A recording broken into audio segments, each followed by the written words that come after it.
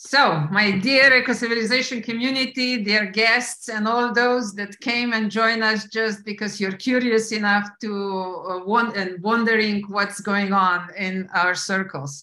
So, it's a real pleasure to see you at the end of the year again, and just to reflect back on everything that's been going on, which is part of our collective learning as well, just to become aware. And based on that awareness, broaden our consciousness and enrich our knowledge and wisdom for the next steps. That certainly was such a process for me, because I was not aware that we've done so much in the year 2022. So it's going to be great to hear from those that actually co-shaped this year. And hopefully that will be an inspiration again to all of us and our new guests. To create, even with greater boldness, the year 2023. But just not to forget anyone or forget any activity, I pulled everything together in a little presentation that I'm happy to share. And whenever I get to the person that I'm going to invite to join, if you have a presentation, let me know, and I will give you a way to go, the right to go. All the speakers have already the function for screen sharing in place. So, the whole year, every single session, when we were together, in the back of my mind was this big question. Can I recognize through the discussions something more that will sort of broaden the scope and the vision of what is emerging for the future? And one most simple model that kept coming back is this model of three directions that humanity can take from the point where we are today. And especially that concerns the Western civilization.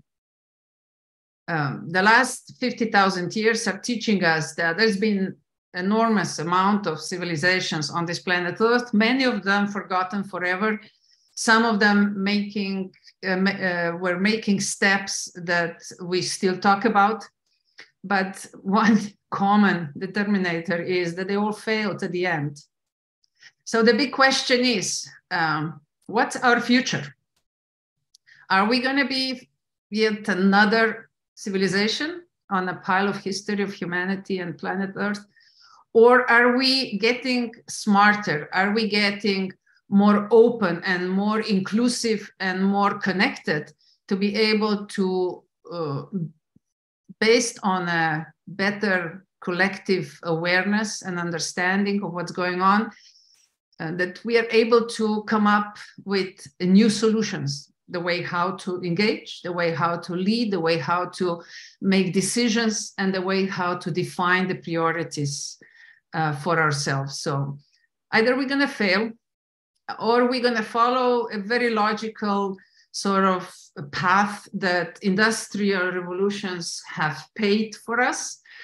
And because they've been all the time creating value based on the technological advancements, now they're offering us yet another vision of humanity, which is transhumanization. But it seems like that we are becoming aware and becoming more than just a technology and technology dependent society. It seems like that there is something awakening all across the world, all across the continents, and some new vision of humanity. And we contribute a little part to it. Something like this is evolving within our movement and within our community as well, Ecocivilisation community, which where we see that there is another dream that we can follow, not just down the strictly technological path, where all of it seems like technology is becoming a goal and not a tool, but along the lines of the natural processes, the laws of nature, And technology is a really useful tool for us to support the weaknesses of humanity and to amplify those that really makes us human. And as our dear friend Alexander Laszlo often says, we are yet to learn how to human well. And I do believe that this is a great chance for humanity to really start asking the right questions and start evolving further as human beings.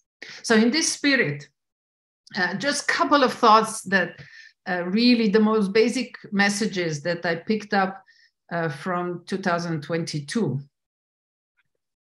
Changes keep happening when the right density of thought and activities deliver tangible results. So I'm very much inviting you, pay attention, see where that is happening, and try to evaluate what kind of value and new understandings that is bringing to you. And along that, the triggering tipping points in the society always seem to evolve from a hidden social clusters. Where are those hidden social clusters? Are we one of those hidden social clusters? Or are we tapping into some of those hidden social clusters? That's another thing to pay attention to and to really keep the eyes open. As an old Italian philosopher said, things that are most likely to happen usually don't. So we have to have all the options open and more options we need to follow up through in order to be able to really recognize the one that is serving us in delivering our dreams and our actions. Then, very strong message, very much strengthened by the messages of COP27 is that fresh new ideas in old structures are doomed to fail. So in order to really support a profound new ideas, we are seriously invited in changing the structures within which these ideas are being manifested. Emergence of new is surfacing from all corners of the planet and seeking connections and collaborations. And we see that even within Ecocivilisation and through our partnership networks and through our active nodes and teams, we see that that is actually the case. It's something to do with, I guess, planetary consciousness, because very, very similar ideas are popping up simultaneously in parallel in different parts of the world. And I really invite everyone to try to bring this string somehow, not to join them in one big flow, but just to connect them, that we become aware of each other and possibly create a higher level of density for the change to happen. Ecocivilisation is growing and reshaping and reinventing itself like metamorphosis. And I'm happy to see that more and more people get empowered, feel safe to engage and deliver. And that is really something I'm always trying to deliver myself as well. And I see that in different circles around the world, around country chairs, around our partners, strategic or action partners, it's always this kind of trust and sincere engagement that delivers results. So let's continue to do so. And whoever is ready to join, come and join. But come with your own ideas, come with your own passion, come with your own determination, and we'll deliver something together that will be in the benefit of both. And maybe one message that is coming stronger and stronger through, and it's not a coincidence that many even entertainment channels are now focusing on civilizations. We see great series in YouTube, in Netflix, emerging, showing really the history from a different point of view, explaining some unexplainable artifacts or even places and architectural findings that we could not put into a linear history, but they are explaining them from a different points of view and helping us to understand that maybe the history is really not linear, but we are developing some sort of clusters. So all these civilizational paradigms are somehow inviting us now to intertwine them, and not in a linear time frame, but more in the frame of wisdom and consciousness and messages that have been delivered. And altogether, they more and more form a holistic system that helps us to understand what this planet is all about and what is our role. We continue to evolve around the basic model, where I'm not going to spend too much on it, but I'm just inviting you, challenge the structures. And if nothing else works, try to imagine municipality, imagine a state or any kind of community to evolve around the basic elements of life. Beings, including humans, societies that humans, animals, or trees are gathering around, land, the place where we all physically exist, then the accumulated knowledge, wisdom, we can call it consciousness, the level of understanding what's going on with us in this world. And of course, the relationship within each of these entity and among them. Can you imagine that this is the society, that this is the way how we organize the society? I hope at one point we will live the day where we can actually manifest this and show that focusing our education, industry, science, infrastructure, in order to support the development of these 5 core pillars would bring a much more stable and more engaging society. Well, this is about the messages. Now, just a few words, and then I will pass the word down to my dear friends. Who are we? The people often ask me, but what is eco-civilization all about? Who are these people? So I think we have 2 lungs. One lung of shapers and doers is a mixture of different networks, mixture of different individuals and the networks behind them who come and co-create based on their own experiences from their own circles, and we cross-connect and try to elevate our experiences. The other part is so-called G100 Eco-Civilization Wings, and we are part of a... Hello, Alexander. We are part of a huge global G100 that was launched by Dr. Harbina Aurora, and we were invited in a year and a half ago, and that gave me a huge push to go globally, to really invite colleagues from all over the world to join us.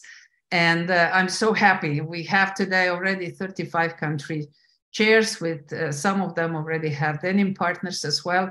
And it's a real excitement to tap directly into the local communities, tap directly into the local knowledge and bring it and share it on a global scale to enrich the global views, but then take back these global views and also support and enrich the local activities. So this globalization is certainly one of the key elements of eco-civilization as well. So besides the shapers and doers, we also have many networks that we, as I said before, that we have similar activities and that we can join with them occasionally in order to strengthen our activities and to become more aware of the global emergence of the global ideas. Different networks and co-creators. With them, we are now in an active stage, and it's really great to feel that you're not by yourself, that there is so many others who are moving in similar direction. How do we tap into the emergence that I'm talking about? Through many different products that keep developing, keep coming on board from different angles and from different circles. And what is good about them is that once they come in, they kind of stick around and they continue to evolve and they continue to deliver. So this is from my part. Now I will invite our colleagues and friends on board. So in the next half an hour, you will see the reflections of what's going on around the world from many colleagues. And then we will have a discussion on what we've learned so far. And then we will take a look at what's ahead of us in 2023. And I will invite you into a discussion again. So have your questions. You can put them in the QA, you can put them in comment, or you will just ask for a word when the time comes. So first, let's take a quick look at the development of eco-civilization wings as part of the G100 movement. So here, I have a pleasure first share with you the messages from the founder, Dr. Rajni Vohra, and our denim partner, 𝕤𝕡𝕖𝕒𝕒𝕒, who's currently just finishing his Asian trip. And both of the messages are very clear. Dear soul sisters, dear soul brothers, my warm-hearted congratulations on this wonderful milestone moment of this gathering, this wrap-up session of all that you have ignited and awakened in our hearts, of all the people who have been participating and of all the people who have been witnessing the beautiful, inclusive, beautiful co-creation that you all have come together and offered to all of us as a beautiful gift of heart-centered creation, exemplifying and embodying the values, walking the talk, creating a new model of leadership, which is inclusive, diverse, plural, co-creative, humble, generous, giving. There is so much to receive, so much to learn from all that you have been doing.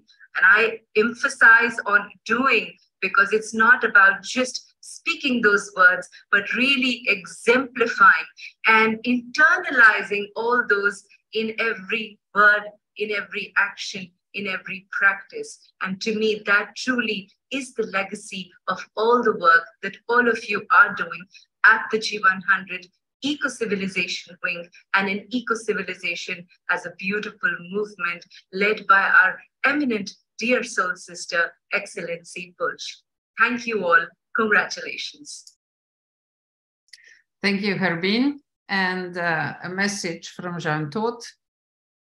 Dear members of the Eco-Civilization community, it is a great pleasure to see the developing success of this movement. Your goals are not just praiseworthy, but necessary. As the United Nations Secretary General Special Envoy for Road Safety, I share many of the same aims.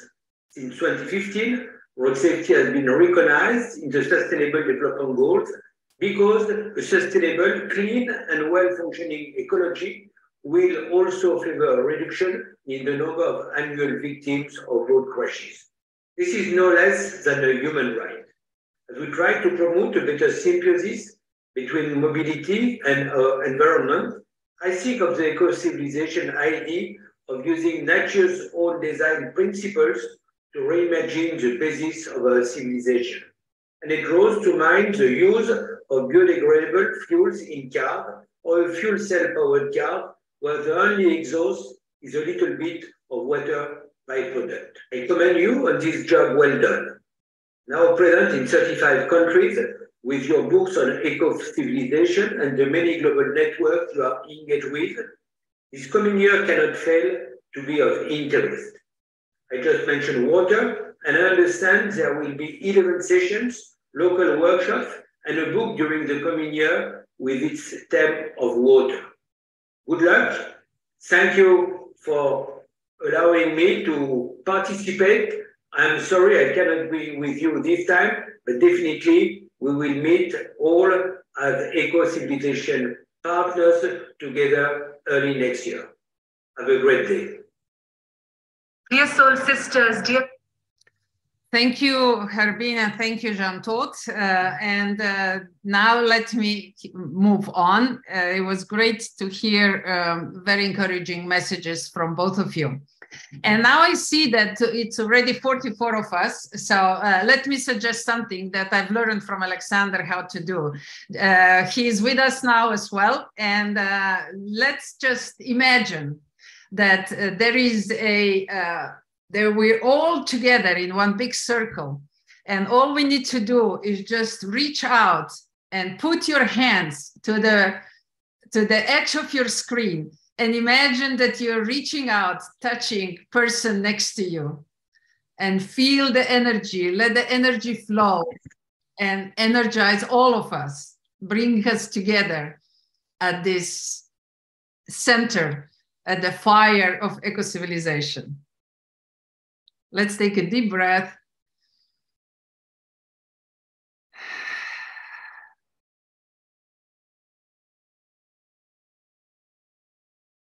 Thank you all. Welcome at the circle now. So just quickly, I didn't even realize, but it was an incredibly productive year at the end of 21 and beginning of 22. You see how many new wings have joined, how many countries have joined the eco-civilization movement. And every single one of them brought a fresh new energy and new thoughts and new dimensions into the discussions.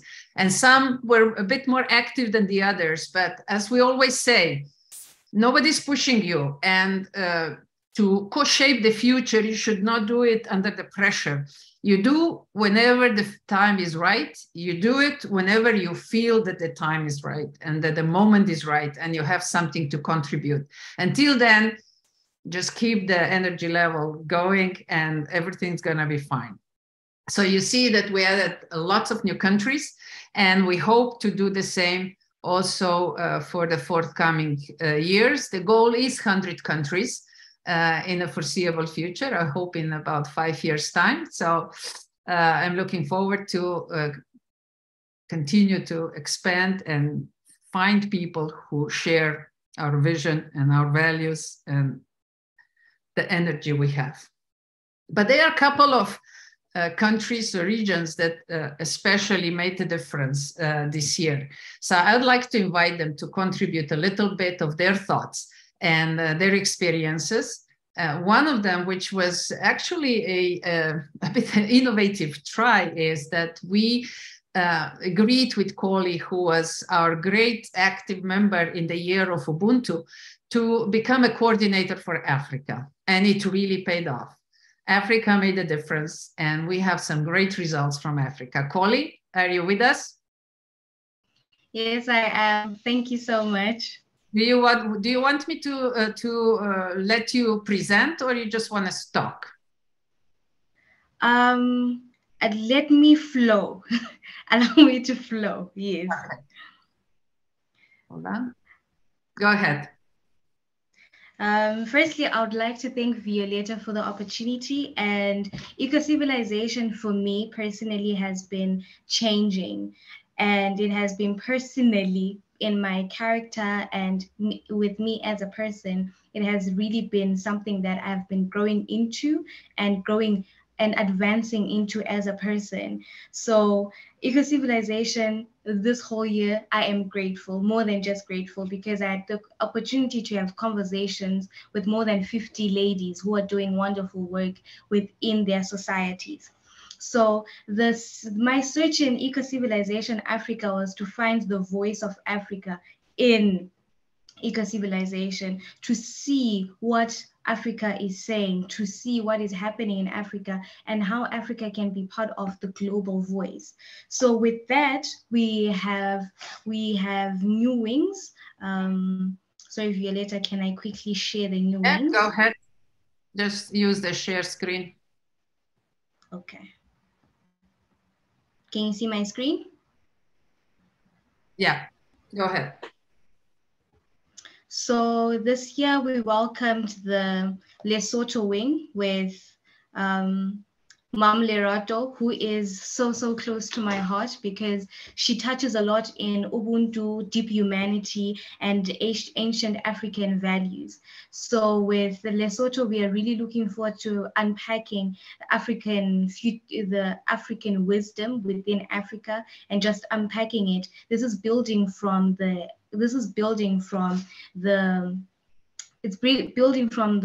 connectathon that we had, because we feel like as Africa, there's so much wisdom that really needs to still be unpacked, still see how we can apply the wisdom into our day-to-day lives and how the wisdom can impact the way societies are built and the way we will live our lives day to day.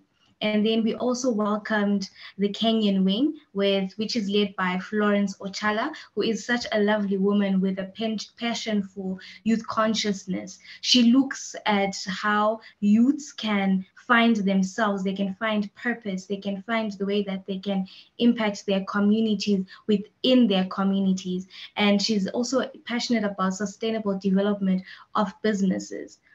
And then we also welcomed the Uganda wing, which is co-chaired by Alice and Helen. Alice, who is really passionate about agriculture, especially permaculture. Right now, she is staying at a farm where everything that she is doing and eating is natural based. Helen, hi, I can see you in the chat. And then she's also interested in startup sustainability and consciousness and humaneness. And then Helen, our co-chair for Uganda, is interested in startup sustainability. Helen has a lot of influence and she holds a lot of space in the startup industry. And she is really trying to see how startups can sustainably develop. And she is also looking at gender inclusivity, trying to see how women can be better represented in spaces that they are not recognized in. And then we have Fash, our Nigerian wing, who his core message is social entrepreneurship and Afrocentric skills and solutions. So he works really closely with youths, and he also works with how we can identify problems within our communities, find skills and solutions to solve those problems. And then we also have Eleftheria, who has been such an impactful member of the African cohort. And we also have Chinesai Mangoma, who is working quite close with pushing the voice of Ubuntu in her community. So there are quite a lot of activities that Chinesai has been doing within her community for Year of Ubuntu. And just to highlight that Ecocivilisation has been such an eye-opener for what is happening in Africa and how we as Africans can feed into the global message and into the global community, and how Ecocivilisation has been a door opener for the most unlikely collaborations between the different wings. And the wings are getting to touch base with people that they could not have the opportunity to touch base with, and also the emergence of Afrocentric ideas and how we can reimagine the Africa that we want to see tomorrow. So Violeta, I'm not sure if I should just talk about what we as Africa are looking forward to for 2023. Take a minute, yeah. You have 1 minute more, let's go ahead. Okay. So for Africa, I'm really looking forward to welcoming more of the Central African side and the Western African side and the Northern African side.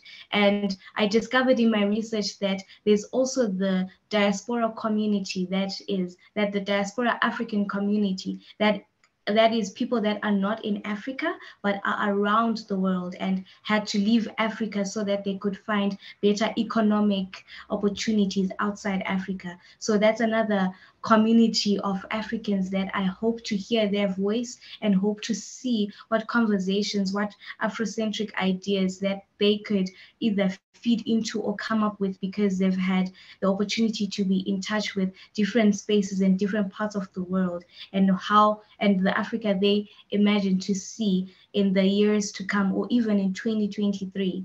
And then the eco-civilization talks and in actions that we are planning to have next year include women in agriculture. One thing about Africa is we've got very fertile land, and agriculture is the heart of Africa.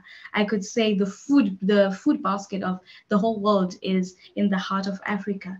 But there is a lot of inequalities. There's a lot that is happening in the agricultural system and the food system that we need to talk about, that we need to reimagine, that we need to engage policymakers about, that we hope with the platform that we have and we're able to do even more research about, we could be able to see the change that we believe we can have. Then then the next talk that we would like to have is startup sustainability. So under startup sustainability, one thing about Africa is it's a very young generation that's coming up. And with that is a lot of startups, a lot of businesses. However, most of these businesses are fly by night. So I want to see how we can make startups more sustainable, more futuristic, more legacy, more impact driven, and see how the future of work can be impacted, that can impact the startup sector, and also embracing the ancient future wisdom. And we'll be also unpacking the ancient future wisdom in Africa, just feeding again from the connectathon that we had. And just to close,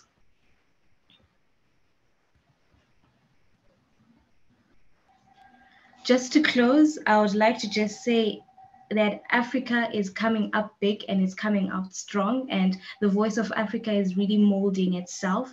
So if you see something that you would like to feed into Africa about, please feel free. My email is always open. Please speak to Stasa so that we can collaborate.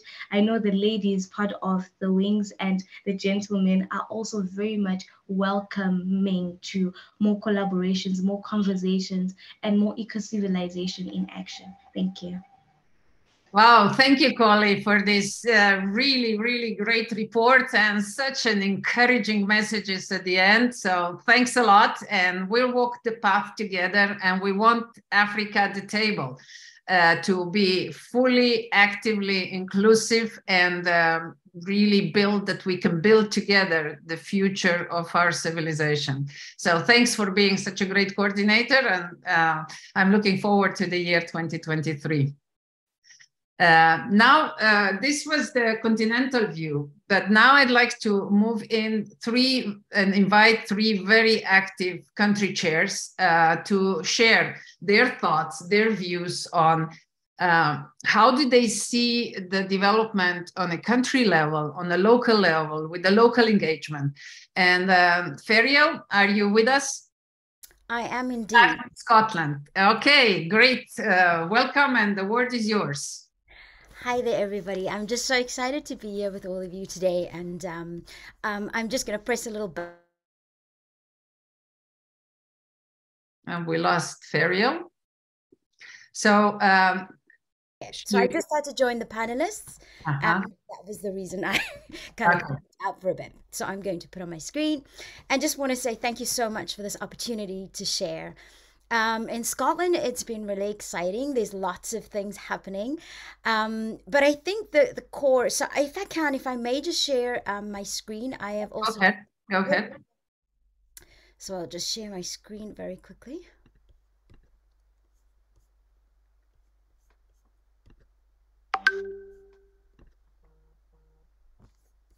Okay, I'm hoping that you're going to see that.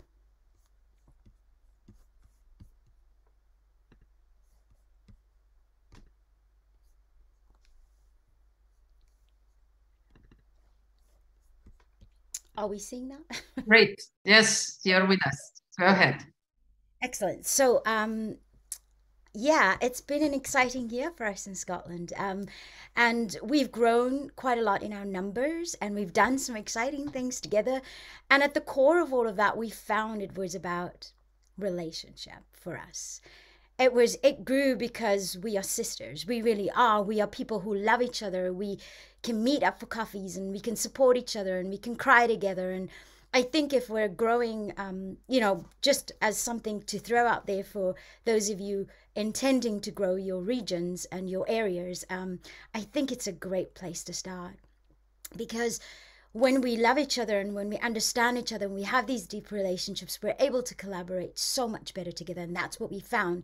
So the foundation was that for us, right? And then from there, we've kind of moved into, okay, now what are you all up to, right? And so we started that conversation, and all of a sudden, it's landed us in a whole other world. So this is us right now, right? So we've got Deborah Kayambi, and she's this amazing firecracker of a lady. I don't know if she's here today, but what I can say is she has... she's a civil rights lawyer, and she's done amazing work in that aspect, but she's also the dean, the first Black woman ever in all of the United Kingdom to become a dean of a university, and a very renowned university called Edinburgh University, right? Where most of us live.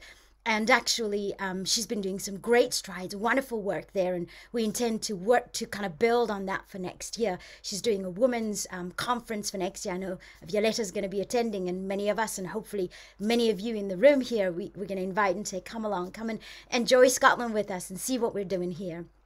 And we've got Robert Schramm came on as my denim partner. So Robert, yeah, hi Robert. And we have Jacinta Canary, who's doing amazing kind of work on the inner development stuff. And now we're starting to work together and joining in forces with that. We've got Daisy May Bray that joined us on our advisory board. And we've got Adrian as well, Adrian Grigoras. And we've got Onyinye that joined us very recently, Anna Riva, as well as Andrew Ferguson. And so we're onboarding 4 more members in the next few weeks. So yeah, we're growing, right? But it isn't just about growing in numbers. We're also really wanting to look at, so what do we do? What do we do next? So this past year, we've had loads of fun together. We've done lots of things in Ecocivilisation, participated all over the place and done all kinds of things. And now we're starting to really become more focused for 2023. And while I was preparing for this, a few words came up for me about what next. So a big word, Violeta said about remaining open to options, right? So yes, we are looking for where the clusters are forming and those kind of things, but I want to bring out a word called adventure. And adventure is kind of, there's great fun that could be had, right, with adventure. But we have to remember with adventure, there's also, oh my gosh, we don't know what's going to happen next. And it's that thing of opening up to that options, right? And she said as well, Violeta, earlier on, that we're not going to know where it comes from. And that's why we got to be so open. One of the people I admire in the world, Otto Schama, he always speaks about having an open heart, an open mind, and an open will. And I think if we approach this adventure in this way, we're going to do some amazing things together, right? And then all of that, it's about collaboration, connections, family. These are the words. And then there was that big word, love, that came to me as I was preparing. And one of the things Violeta also said earlier was something about the fact that you start to feel something happening all across the planet, right? And it's coming at us. It's not linear. It's all over the place and everywhere. And it's about us having that really amazing intuitive acumen to start to weave and knit this together. And a big word my friend Alexander taught me was convergent evolution. That something is happening in nature and something is going, and it's not going to happen like we think. You know, it's let's feel into this. And I think that's what I'm wanting to leave you with. That's our message from Scotland. That's what we're going to do this year, is really feel into that emergence and what happens next, right? But there are some concrete things that we're also going to be working on this year. We felt like we wanted to be part of listening to the voices of the people in Scotland and adding ours to that. So we're we're going to adventure together and get somewhere. We're working with various organizations, and this year we want to bring that to life, as in listening, even if it takes us a few years, right? But we just want to hear, what does Scotland want? What is Scotland dreaming about for the future? And how can we then help to facilitate and help them to bring their skills and all of that into play, and make Scotland that place that could possibly be an example to the world of what a civilization could do when it is about all of us and not just one of us or some of us, right? And then the other thing we're doing is we because of, I guess, who I am, so very much working with the people at CODU and CODU circles and social systems labs, and, you know, along with Violeta and Alexander and many others here, Tim and all these people. And what we're looking at this coming year is also in Scotland, and we've started working with winemakers and all kinds. So we're just like taking on all these strands, right? But part of that was this idea of, oh, maybe we could do something that pulls something together around the world. And we're now calling it this festival. I'm not going to put a name to it yet because we're still kind of getting there. But the idea is that in the summer of 2023, we would host a festival that brings together some of the connectathony, you know, all that stuff we're kind of conniving over there and forming and creating and all these change maker stuff, and then connecting it into actual people on the ground saying, how can we get involved? And the idea is to just have a festival where they come to have fun, listen to music, drink wine, eat good food, and then also invite. Excellent. So from Scotland, I'm going to say that's us. Thank you very much. And Kholisani, I want to take your invitation and say, yes, let's have a conversation. I'm also a child of Africa, even though I live in Scotland right now. So I'm going to also invite everybody else in the room, come and talk to us as well. Let's see how we can collaborate. Thank you. Thank you, Ferial. Fantastic messages as well, and especially exciting that there might be a chance that we see each other live. That is already a huge bonus. Let's hope for 2023. Thank you very much. I'm from Scotland to Slovenia. Sonja, the word is yours. Thank you. We are not just the only country in the world that holds love in its name. We are the only country in the world that have Violeta Bulc in the country. So this is really a privilege for us.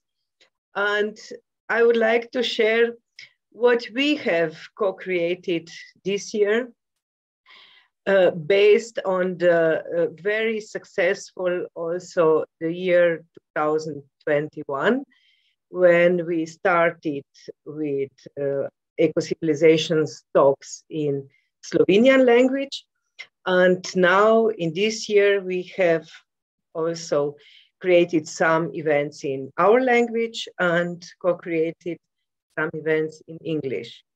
And this Ecocivilisation team, you can see us here in both pictures. In the smallest picture, the first is Violeta, the second is me. Then we have Martina Puc. She is the curator of beings, and she's also in this call with us. Then we have Emma Pogačar. She is the curator of relationships, focusing on the youth. Then we have Manica Celofiga, also in this call with us, the curator of consciousness. And Claudia Javornik, she is the curator of the land. What we co-created in Slovenia this year, 3 different events or 3 series of events connected to land, to consciousness, and to beings.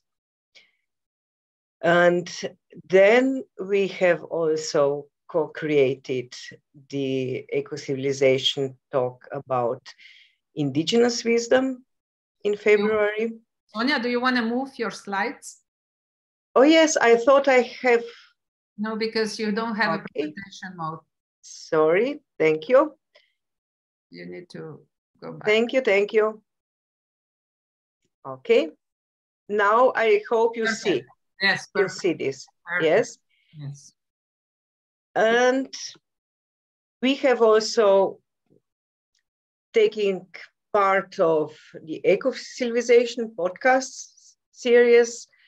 And this is also one great channel to spread the ideas about ecocivilization. And we have been involved in the water webinars, which was introduced by Nini.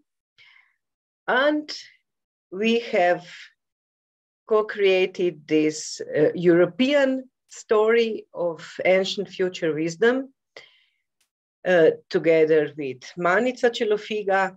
And I'm also happy to share that we got the right to use the logo of indigenous decade of indigenous languages with our connectathon, and this right came to us even before the official launch of this decade was made. And the peak of our activities, I would say, was the gathering of 100 participants in Ljubljana as the beginning of the Balkan tour. G100 Balkan tour connected 8 countries in Western Balkan, and it started in Ljubljana, where we, together with mentorship wing of G100, co-created this event, and Ecocivilisation team supported this event with opening a very profound questions, how we can co-create the future that we all want to live in. And based on these questions, we received beautiful answers. Some of them are great input for our actions in the future, when we see that we need to support the dialogues between generations. And this will be done in a special Slavic way under the lime tree. So this will be our focus in the future. I need to also tell what kind of breakthrough Ema Potočnik has created with her idea of the youth program. She presented the program first in Ljubljana in this gathering, and it was so resonating and very well received, so that she was invited to present this program also at the end of the Balkan tour at Women Economic Forum in Tirana in Albania. And she did this really in a great way. So we already gathered first time to co-create the plans for the next year, and we will gather also still another time in December to celebrate this year. And we started to brainstorm also with G100 mentorship wing to see what we can co-create together. So this would be everything for now from Slovenia. Excellent, Sonja. The same applies as, to what I said at the beginning. You think, well, maybe we haven't done much, but once you pull it together, it's really a huge number of activities. And thanks a lot for engaging and bringing also other networks into the circle. That is great, and we'll continue to do so. So from Slovenia, we have another country that's been really, really active this year. And that is the country that actually suffers a lot currently from a particular political situation. But that didn't stop you, did it, Nini? You continue to be very active and very bravely broadening your circle of active Ecocivilisation members. Go ahead, Nini. Thank you very much, Soul Sister. Few later. Actually, you see, I need to hang on the energy of all sisters from Ecocivilisation.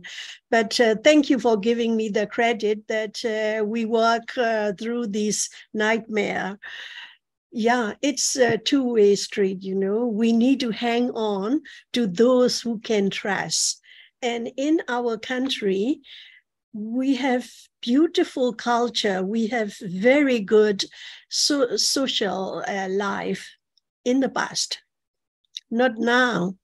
So we need to do something. And I realize that I'm a very few percentage of the people who still can eat and think, because people suffer and they cannot eat, so they cannot think properly. Therefore, when I met Ecocivilisation, we started our Ecocivilisation Myanmar group in August 2021. I should thank Rajni from India, and a few later, our global chair. So we talk, and I try to find out what they are doing. And actually we click in our first meeting, and then all these happenings started in Myanmar. So thanks to these two sisters who pulled me in. And let me go for the slideshow. Ooh. Nini, could you push the presentation at the bottom? Yeah, I am at bottom. Okay, I'm doing it. Yeah. Okay, that's the second one. Yeah. Perfect. So in my presentation, I will do two parts. The first is cultivating the eco-civilization in Myanmar. And the part two is, what do we do? So as I have introduced earlier, we need the moral support from the outside.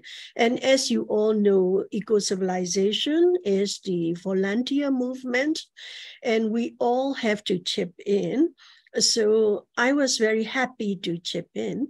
Then we talk with our colleagues, and then I try to explain, just like in the left picture, you need to know how to tap water, because I'm a water person, you know.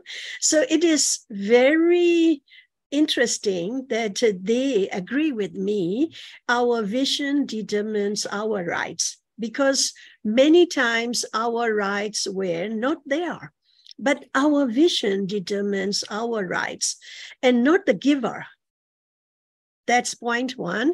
And number two is our approach determines our rights, and also not the giver. And the third is our way of thinking determines our rights. So my colleagues feel, okay, now we agree what to do. Then in the right picture, I get these posters from SCAP, UN SCAP in Bangkok. We go green, and we stay green. Then, of course, there are thousands and thousands of organizations who go green and not staying green, and who talk a lot of beautiful words, but not walking the talk. But Ecocivilisation is different. And in my critical eyes, I still don't find that they don't walk the talk. So again, thanks to our leader, Violeta, she is an example by doing. She just did it, and I can't stay away from her. Then I get another friends. I could mention Sonja. She became my mentor for 𝕤𝕖𝕖𝕣𝕤 leadership.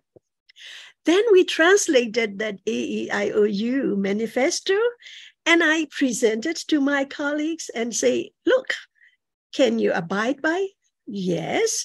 Then I introduced the Ecocivilisation website, of course, in English. Then they said, wow, yeah, we will do.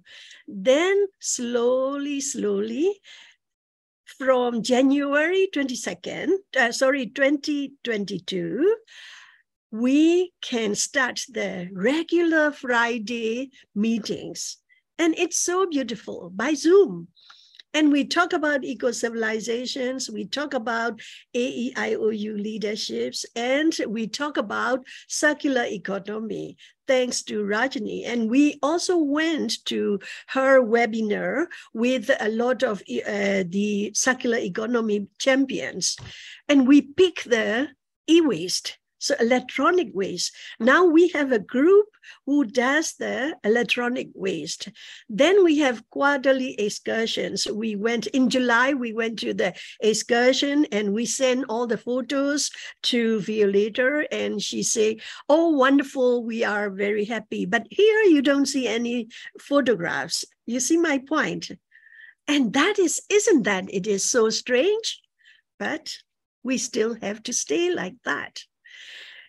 And we have a lot of brainstorming meetings. And because of the war, right, Nini? Nini, you don't want to reveal the faces of people who are active because of the war that you, political situation you're in. Yeah. Thank you for filling the gap, because in some words I can't even say, you see, but we are having the continuous communication with the society at large, the Eco-Civilization Society, like Ferial, like Connectathon, you know, we joined every activities, but we stay very, very low profile. But thanks to our global chair, she signed the high appreciation to all the actors. So we have 30 and each one is leading their respective themes. So going green, staying green, we do things at home, we do the natural fertilizers, we do the gardening, etc., and waste management, water waste and solid waste, and then electronic waste. Then we also discuss about things to do for immediate family, for community, at work, for the whole union, for the earth, for the universe. So part 2, I want to elaborate something what we are doing. And point number 2, agriculture group. Now we even started the soil museum.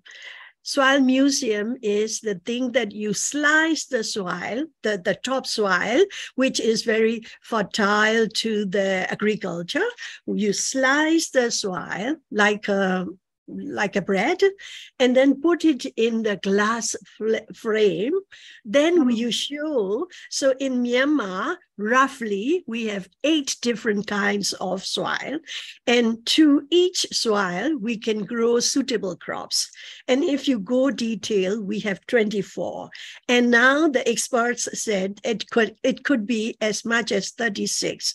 We will do it. But then we need money. Then we go back to the source of funding, where they get the scholarship from. So our scholarship providers are now continuously helping them to build the soil museum, things like that. We have water group, we have environment, sustainability and governance group. We did the policy and water law, and construction management group, and also to primary school children. We go to there and we also teach critical reading and writing. We need to read between the lines, and also we need to reflect beyond what is saying in the book. So these things we were doing very happily. It's so enjoyable. And we do the school gardening. We go to the school and lobby the children and the teachers, and we grow the trees and live with them. But the most important thing is they have to water it. They have to maintain it. And they did. So we were doing it, and Marine Environment Group is also very active, and rainwater harvesting.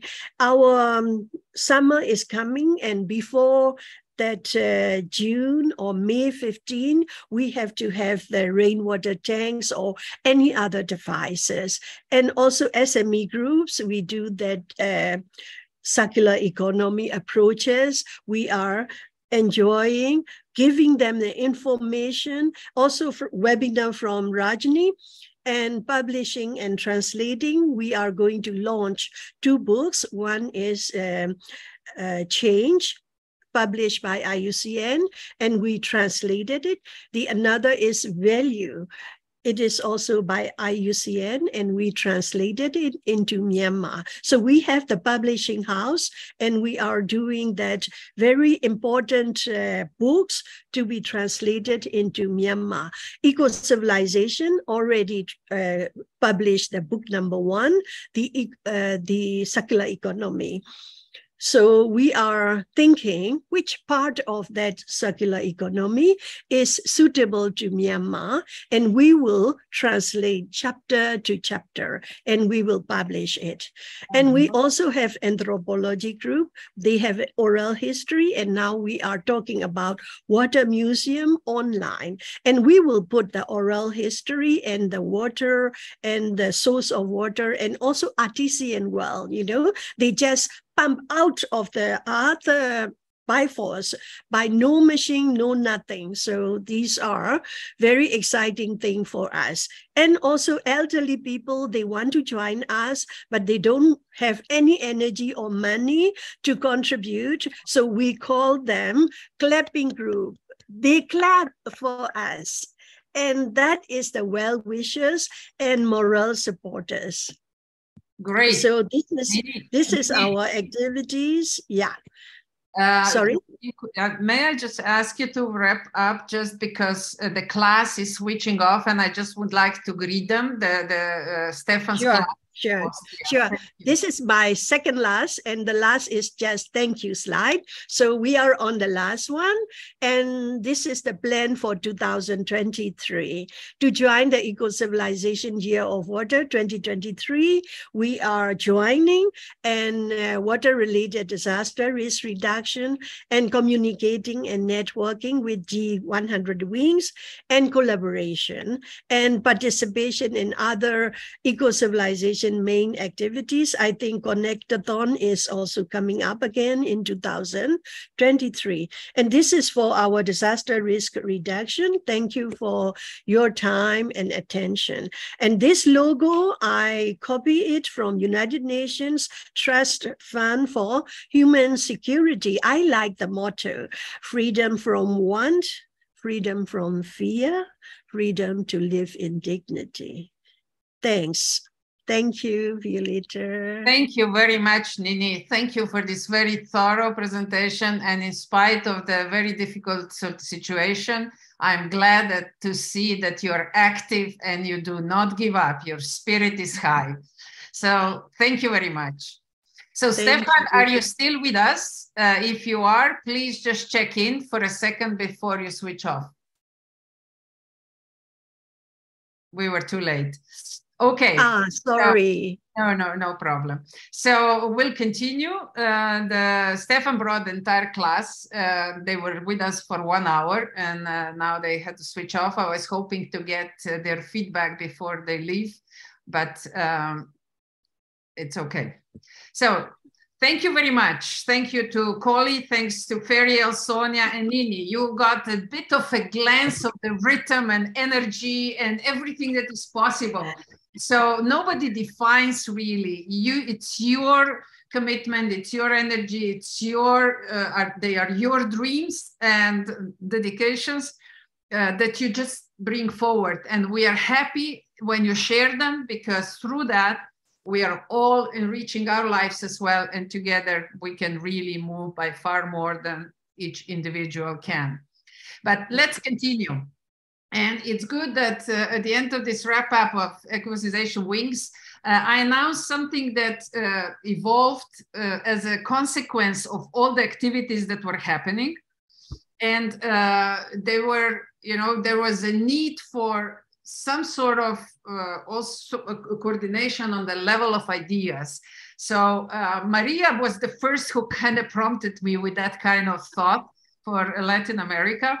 And then through the discussion with her and then also with the African group, we were able to define the role of ambassadors. And you know what ambassadors do, right? They bring people together from different parts of communities and somehow lead the way with encouragements and with inspirations. So I'm happy to announce that we have first 3 ambassadors. Ambassador for Americas, which is Maria Jose Rubio, who is with us, and I will ask her just to say a word. Hello, Maria.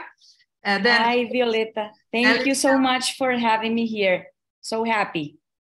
Great. I will ask you to share some thoughts, but let me introduce all 3 of you.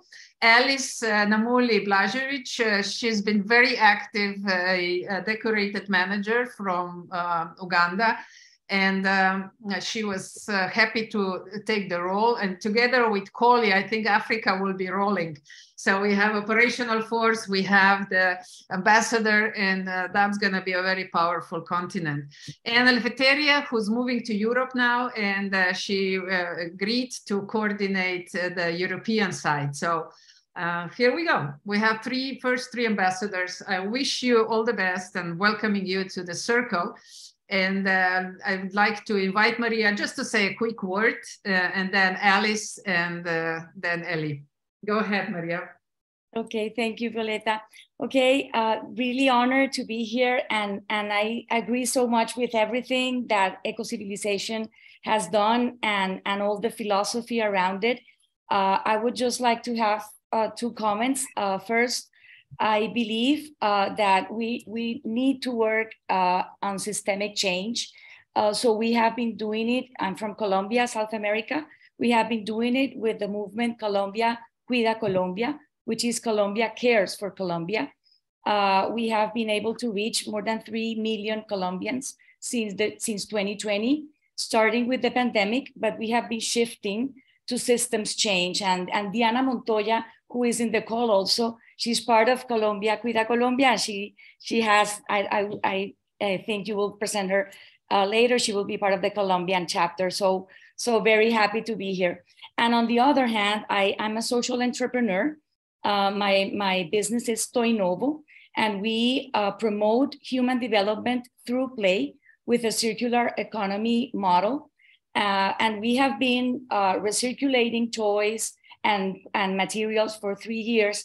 And now we really saw the importance of developing sustainable materials that are only centered in human development. So we've been working on it on 2022, but from 2023 on, we will be really working on a community that engages on human development through play. So I hope to partner with most of you globally, because we want to go global very soon. Thank you. Great, Maria. Thanks for thank you very much for joining us. And it's a great honor to have you on board. So I'm looking forward to the 2023, where your words will start manifesting. Thank you. Alice, you are with us as well, right? Would you like to share a thought? Oh, maybe she's no longer. Alice? It seems like she's trying to connect, but it's not going down. Go ahead, Eleftheria, go ahead and share some of your thoughts with us from your side. We will see you later on again, but it's okay. I just wanted to say thank you very much. It's a great honor, and I really look forward to working as the ambassador for Europe, and also to really just connect with all others. So when Violeta and I spoke about this role, my one condition was, as long as I continue to connect with Africa and all of you, then I'm absolutely in. So thank you very, very much for this great honor. And again, I invite all of you that if anybody wants to connect or collaborate with any ideas of going forward, please feel free to connect with me. And then just from the South African side, there'll be there's some wonderful things busy brewing here, and we'll announce it when the time is right. Thank you very much, Ellie, and good luck. And we see that the first relationship flow will be between Europe and Africa. Yeah. So Maria, don't be too far back. So make sure you're stepping into this on an equal footing. So I don't know if Alice is able to share some thoughts. Yes, I had. Oh, right. Very good seeing you. Go ahead. Yes, thank you very much, Violeta. Yeah, I think, like I mentioned earlier, it's an honor definitely to take on this role as a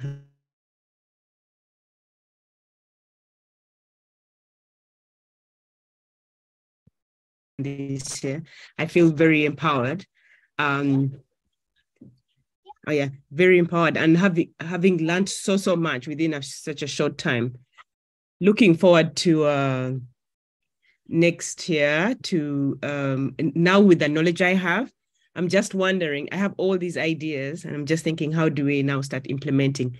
There's so many things in the offing that hopefully I'll get a chance to share them next year as they've developed.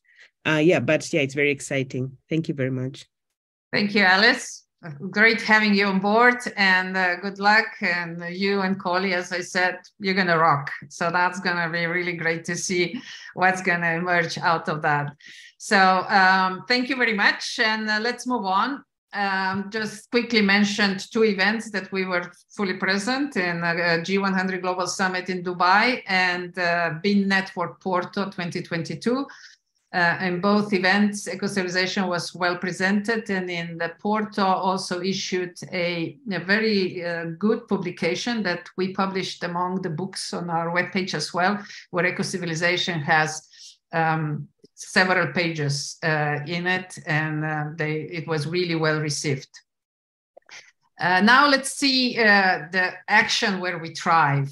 And one of the new ventures last year was also a connectathon. The idea came really as a sparkle at one of the discussion evenings that Alexander is leading. We call it Network of the Network, NNN. And after compilation for a couple of months, we said, no, let's go, just do it. Right, Tim? You're with us, right? And Tim and I'm with you. Tim and I said, let's get our hands dirty, and we started putting it together. And go ahead, Tim. The word is yours. Okay, fantastic. Well, fantastic. Yeah, so the Connectathon was a really exciting experiment. Let me check. Can you hear me okay? Yes. Is my sound okay? Good, thank you. Yeah, so it started out as an idea, and there are 1,000 things that can go wrong, and I was like, and it's a lot of work, and I was like, well, maybe we'll just keep this for the future. But Violeta was, no. She came in one day and says, let's do this. So we did. So we pulled together our teams, and a lot of you guys are here. Ferial, I know you pulled a massive load. Alexander is amazing. Ramit with us. Yeah, a lot of you were with me, so apologies if I don't mention you all. But I think there were a lot of insights from that. I think it was a really good proof of concept. I think maybe one of the main insights was just the power of having people gathered together for 24 hours and flowing and closing that circle. And I get goosebumps when I think about it, because I think as we take this into the future, it will grow bigger and bigger and bigger. And maybe, a few years down the line, we'll actually be 1 million people together. And I think when we do our equinox meditations and we have our discussions and question rounds and we start making those connections, it can be a truly powerful thing, feeding into the eco-civilization. Violeta, I don't know how many minutes I have. Do you want me to talk about the technical? Oh, I have that much. Because I would like to also speak a little bit to the technical backend for the next Connectathon. So yes, can I screen share? Yes, please. Okay, then. So I want to just give you a little view of the projects we've been working on this year. So basically what we've built is is this thing we call circles. And as you can see, and the link here is temporary link is circular.org. I'll share that in the chat, or Violeta can pop it into the chat if anybody would like to look. And basically, it is a view of the planet. We have we have our Earth circle here. Everything is circles within circles within circles. We have you can see all the different circles. So there'll be projects or networks, or you can see all the different users where they are on the planet. And if I was to click myself, I can also see at the moment I'm down in Cape Town. I can see all my connections and everyone, all the circles, all the people I'm connected to, which is actually really powerful. I think I'm just mentioning this as part of the Connectathon ideas. We really want to show first, second, third connections, so we really see how interconnected we are. I'll also jump back into circles. We have all the Ecocivilisation circles here. There's the Ecocivilisation main main circle, Ecocivilisation home, and Ecocivilisation is now connected to all the other current, probably not all the current because it's not up to date. So this is just wanted to show this as an invitation. We've just finished the chat function, so you can actually start using this. The chat is still public. We'll create more private chat, but it can be used. And the idea is for Ecocivilisation you create your local wing, and then under your wing you can create sub-circles for different people, different projects, different discussions. And this is we're an open source project that we're building and giving to the world. I'm really hoping that the Ecocivilisation movement can work with that. And I think what we will do for the next Connectathon is we'll set up a circle or an installment of this that we simply call Connectathon. So everybody who joins in can then create a profile, speak about who they are. You can reach out with connections. If we have dreams, hopes, and aspirations for between the first and the second Connectathon of 2023, we can pop them in here. We can come back to them. We can just open up for people to build on this and see what emerges. And I think that's one of the powers of the idea with the Connectathon is really talking about that future culture that we want to live in. The future, rather than going backwards and blindly into the future, we should open our eyes and tread carefully and have a discussion about what do we want that to be. And I think that as Violeta said, the first step is to become aware of each other, and I think that is maybe where the Connect can help. It can help us see and map everybody else out there who shares our values and goals, and make us work together better.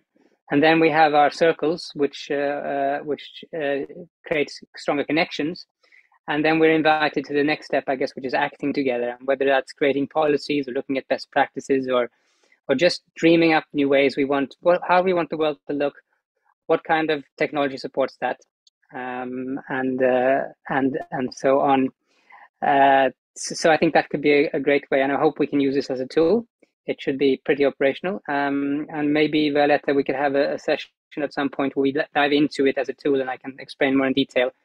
Because it would be great if you guys, all you wings, start populating your circles, just so we can test it and we know what doesn't work, so we have a decently operating function by the next year. I wanted to mention maybe one more project that I think is relevant to a lot of you in this room, and that is something we call Make Circles, which is quite new. And this is the idea is basically we wanted as part of making the world a better place, we want to create this app. The idea is that if you have a local project, like you would have many of the Ecocivilisation wings will have, you can put you create a profile, you upload your project or how much money you'd like to donate. And then we just want to build a simple matchmaking tool so that people across the world can find local projects that resonate with their beliefs, and really just by scanning a QR code should be able to fund them. We want to create much more efficient ways of funding projects. So I just wanted to mention that as something I'm hoping we can look at together. And I think that should sum it up for me, Violeta. Thank you very much, Tim. Maybe about the Connectathon, just a few more things. It was really connecting the whole world. We were active in all zones, and the commitment that we made is that we will repeat that on every equinox. So you can look forward to the next Connectathon, which is coming in March again on the equinox. Hopefully slightly more improved and with some very dedicated topics. But again, like everybody really sort of supported, is one Zoom, one open session, all the time open, 24 hours, moving around the world with the time zones. Everything else, watch for the social media announcements, and they will be coming out soon. So I'm looking forward to engage again with the Connectathon in 2023, twice, in March and again in fall. So that takes us further. The next, within the Connectathon, we launched as Ecocivilisation Notes and Wings a special topic, Ancient Future Wisdom. And it was really well received. We got some excellent speakers, great new ideas how to move forward on this topic. And Eleftheria, just a few words as a wrap up for the for Ancient Future Wisdoms topic, and the way how it felt to be part of first global Connectathon. Go ahead. Thank you, Violeta. It was a great honor for us to be part of the Connectathon, and also to really just follow all the continents and look at all the ancient future wisdom. And if I would want to invite you, if you haven't listened to these, it's available on the Ecocivilisation YouTube channel to really have a look at it. It's quite amazing to see how it all interconnected together. It was a great feeling to be part of it. And when we started in Africa, then we moved to America, then we moved to Americas, then we moved to the Far East Asia, then India and Indonesia, and then we ended off with Europe very early in the morning. And the common themes that I could really see in all of this, because our ancient ancestors and civilizations certainly shared the same wisdom, was coexistence with nature was a huge theme that came together for everybody in architecture, in language, in food, in community. And I think the essence of that was really reverence for life. There was also a collective theme of really uniting people and community, or sharing from the same cup. Reciprocal abundance was another common theme, I think, for all of us, and to take what you need and leave the rest for everybody else. Indigenous food and food security, I think, was another common theme that came up for all of us. And then sacred ceremony, which I think really leads us into a place of grace and gratitude for every breath, every moment we have that we get to spend together. And then the most key thing for me, I think, is story. That wisdom has been and continues to be passed down through story and myth. And I think it's something that we need to think about, and perhaps bring conscious awareness to. What will our myth be? What will our story be to the next 7 generations? Thank you, and really looking forward to expanding on that. And then there will be a book as well. Yes. Thank you, Eleftheria. Yes, we will collect from all the participants, speakers, their contributions, and the volume 1 is supposed to, if everything goes well, we might even be able to publish it by the end of next year, because we are already working on it. We are already collecting articles from those that participated in the first Connectathon, Ancient Future Wisdoms. Thank you very much, Ellie. But this was a very strong push for many other ideas to evolve as well. So let's then move on. And one of the things that really made a difference in 2022 was everything that was going on around circular economy. And who better to ask to share some thoughts on that than Rajni, who was the motor behind all the Ecocivilisation in Action discussions. And jointly, we managed to bring to a successful completion also a circular economy book and a wrap-up session on that. Rajni, the floor is yours. Hello, everyone. Thank you so much, Violeta, for such lovely words for me. And thank you so much, Nini, for saying incredible things about our collaboration with you, whether it is for webinar or for Connectathon or for any other activity. Always love to collaborate with you on different things because we get to learn from each other always. So let me begin my presentation by sharing my screen. Go ahead. Can you please allow me? I'm trying. Okay. Yeah. It should be okay. Yeah. I hope you can see my screen. Can you?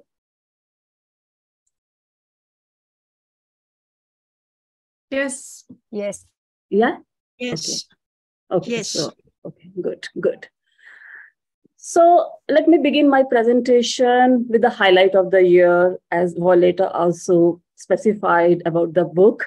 The highlight of the year, no doubt, has been the launch of the book, Ecocivilisation in Action, Best Case Practices of Circular Economy from around the world, for not only those who want to make circular economy as their profession or vocation, but also for every common beings, irrespective of geography. And this book is compilation of 11 rich, insightful case studies from all over the world. And every case study is unique in itself, and we have tried to cover almost all the components of circular economy practices like refusing, reducing, reusing, refurbishing, recycling.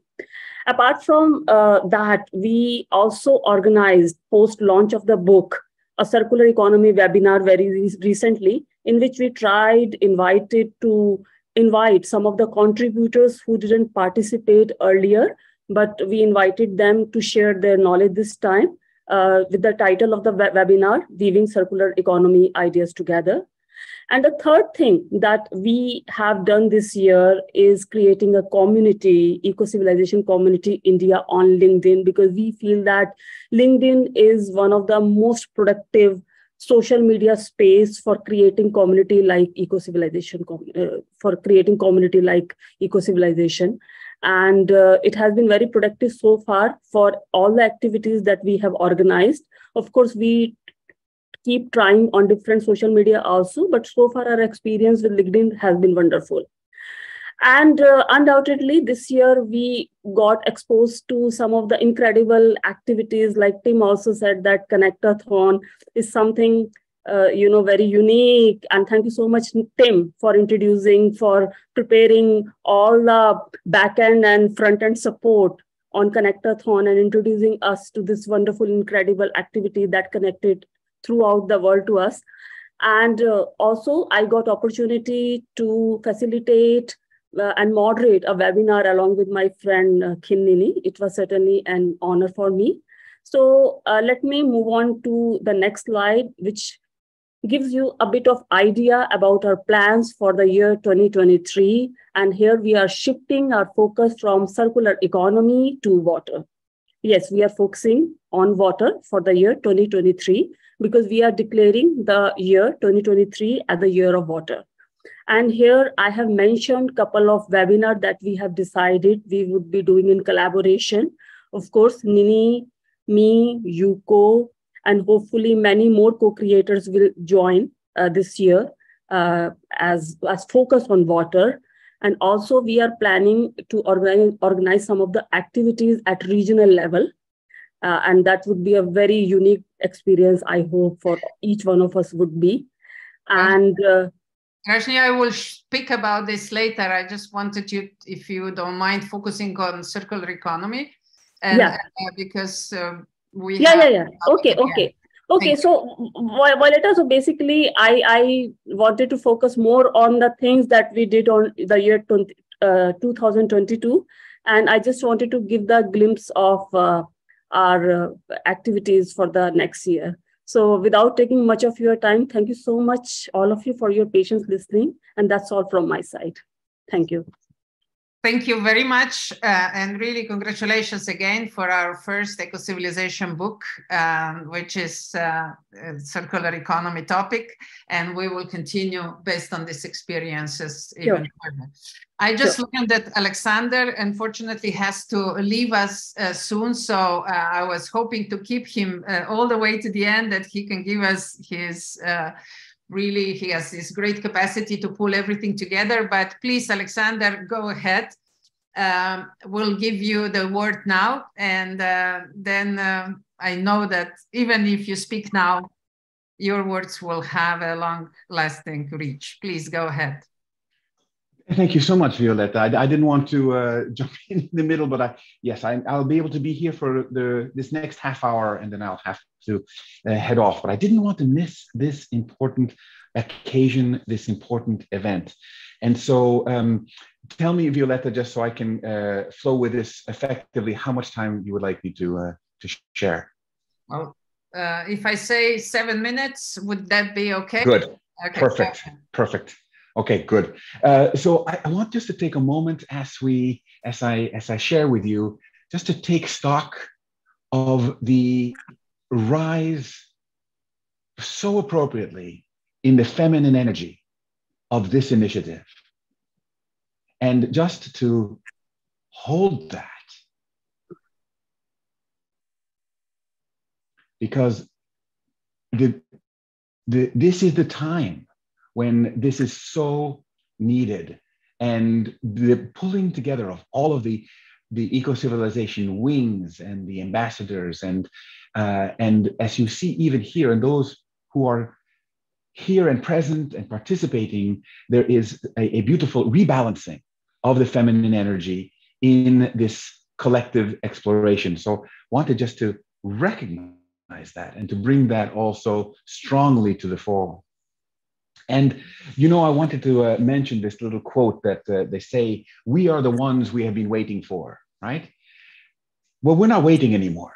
I think the eco-civilization is, we're not waiting anymore. The whole idea is we are actually doing this. And that is the beauty of this engagement. For me, the eco-civilization movement it's not a club. This is not an organization.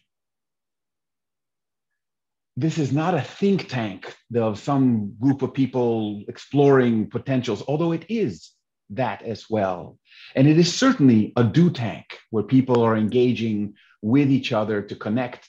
The things that Tim Olsson mentioned about what Kodu is doing, and Ferial mentioned this as well, Daisy May and so many others are involved in this. And that connected with the Connect-a-thon are truly the manifestation of the proof that we're not waiting anymore. This is really, the eco-civilization is not something we're striving to see in some future. We are making it now with every breath and every interaction. This meeting that we're having right here is eco-civilization building. And to recognize that, to see that, as Eleftheria was saying, in this reverence, you know, in this sacred way, this is, I think, very important. Fundamentally, I think, in addition to being not just a think tank and not just a do tank, we are truly a link tank. And the tank is not the right frame, but it comes from the notion of the think tank engagement. But being a link tank means that we connect and augment. In a way, my own sense of, if there were a motto, I know there's a motto as a ticket for our existence. It's beautiful. We have so many other wonderful ways of expressing what eco-civilization is about as a movement, and it's about engagement. But in a way, for me, it gets captured by these two words, connect and augment. I think that truly is the spirit of all of our engagements, to connect with others, to connect with life, to connect with spirit, and to augment the powers, the empowerment of others, to augment the spirit of our engagement, to augment the vitality, the life. of our planet by being together. So we talk sometimes about humaning and about the human potential. And I think this is what we are augmenting very deeply in ourselves, but with each other. This is the eco-civilization spirit. And so this means that we're doing this connecting, augmenting with initiatives. So it means stepping forward. It means saying, I have an idea. It means having that you know, Martin Luther King Jr.'s famous speech, well, many of them, but one of them, he talked about saying, he said, I have a dream. He didn't say, I have a plan. You know, he has a plan that's much less exciting, but I have a dream, and inviting the initiative to say, we are moving with something that is bigger than us, that is moving us. So humaning our potentials with initiative, with community and in community. Right here, when Violeta had us put our hands and touch each other virtually across our screens, that was also being in common unity, in community. And we are also humaning and augmenting our potential in spirit. And this is that part of that Eleftheria talked about in terms of reverence, in terms of sacredness. And fundamentally, this is a culture of being and interbeing. With so much coming from South Africa, Africa in general, from the Xhosa and the Zulu in terms of Ubuntu.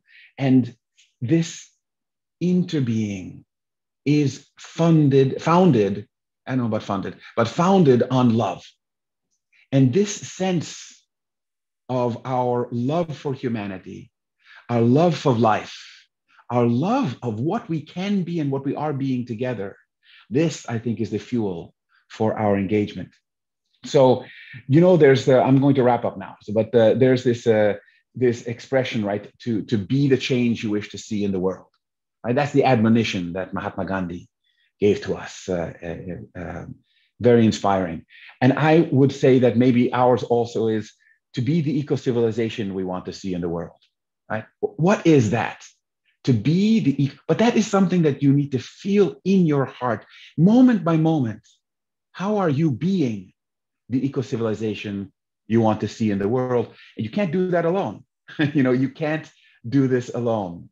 So the last quote I have here is from this William Gibson, who's a cyber cowboy and said many beautiful things. He said, the future is already here. It's just unevenly distributed. I think that what we are doing here with the eco-civilization is we're helping to distribute it more evenly, because we are in Anna Lou Smitsman, a colleague of ours and who writes a lot about working with future creatives and having the future inform us. So if the future is already here and we are sensing into that by being into that, then we can help distribute that which is already here more evenly.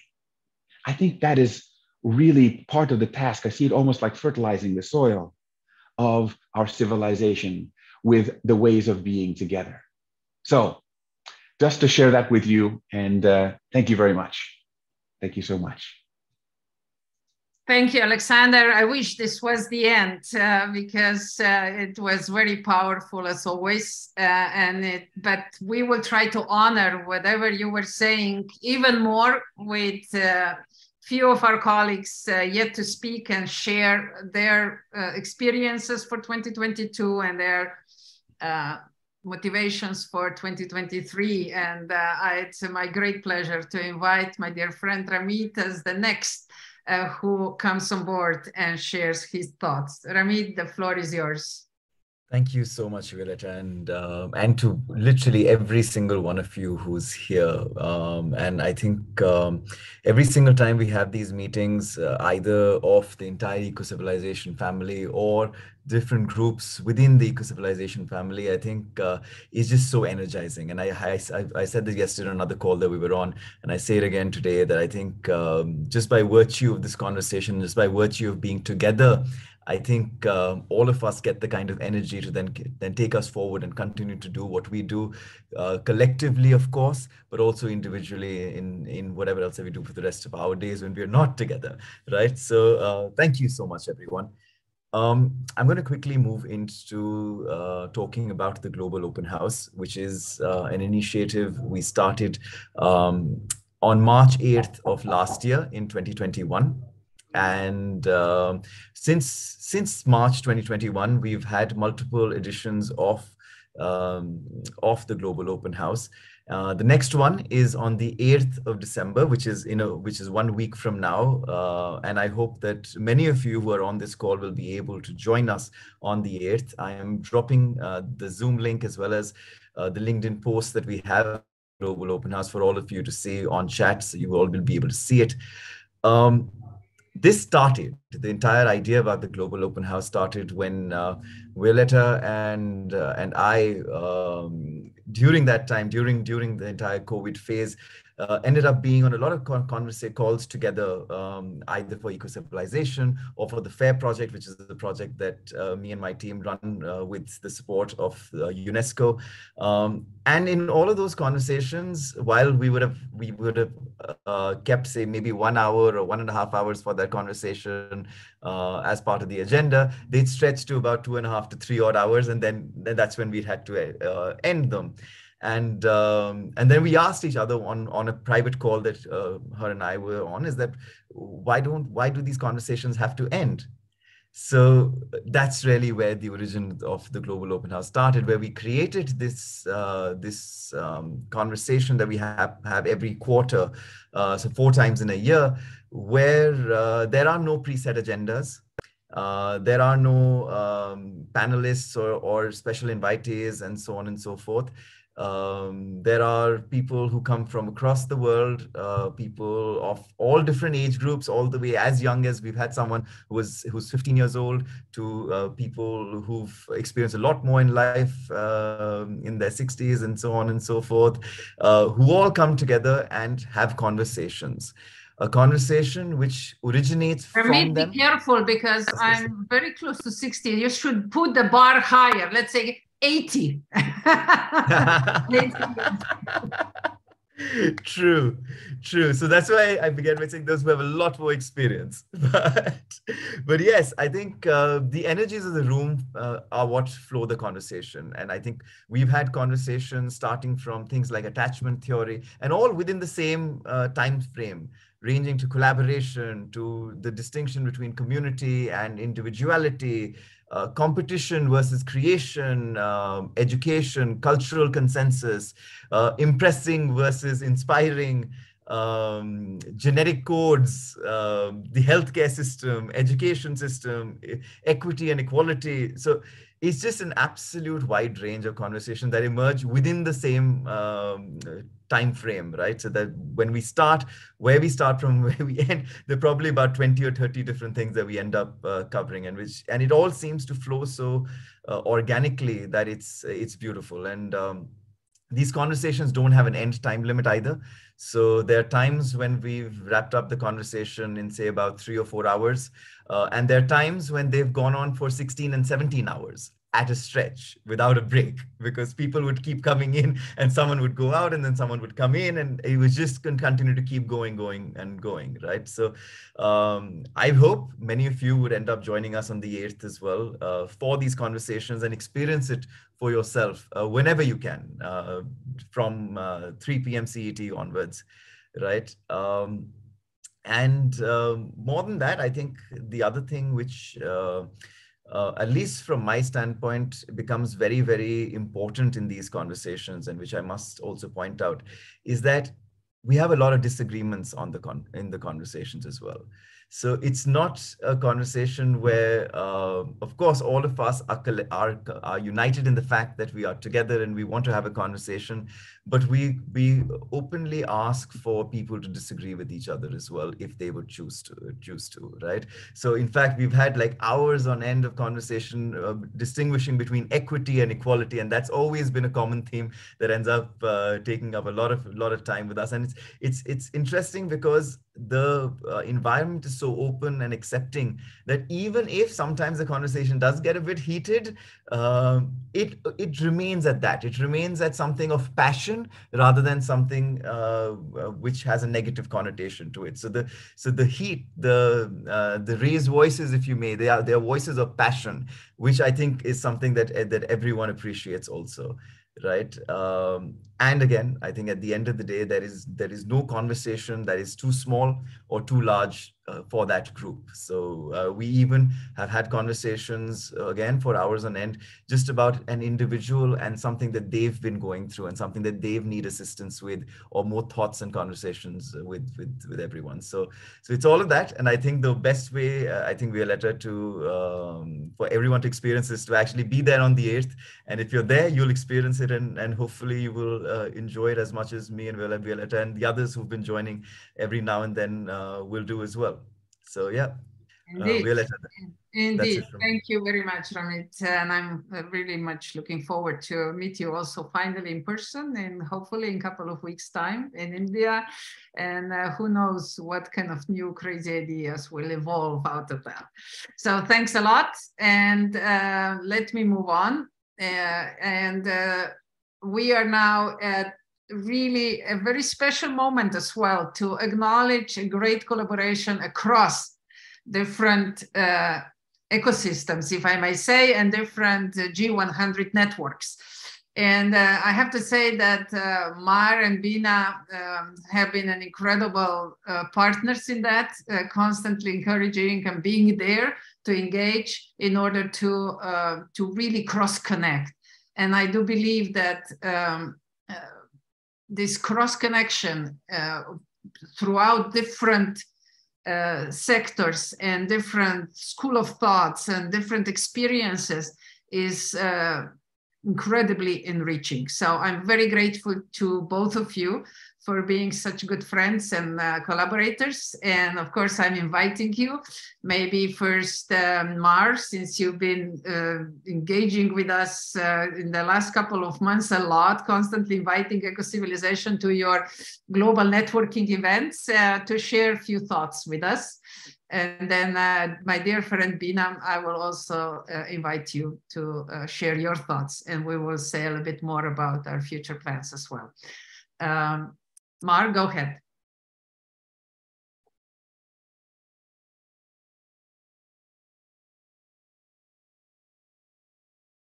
Well, Beena, would you like to go ahead? I think Mar maybe is not available anymore. Go ahead.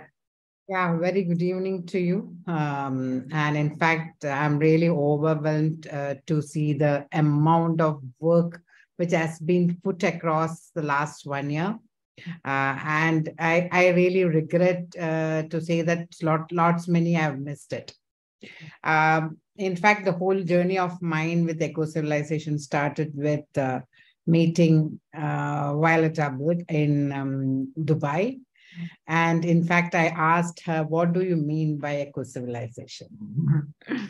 And I don't know whether you remember that question of mine. Being an artist, I'm an artist. Sometimes I feel that we really don't get into the, you are basically busy with your own life, and we really don't get into the integrities or the requirement of others or requirement of our future generations till the time you interact with such a community. And I feel this has been, even me as a person, I started thinking about it. And yes, there is so much of requirement you have to do in life towards the society.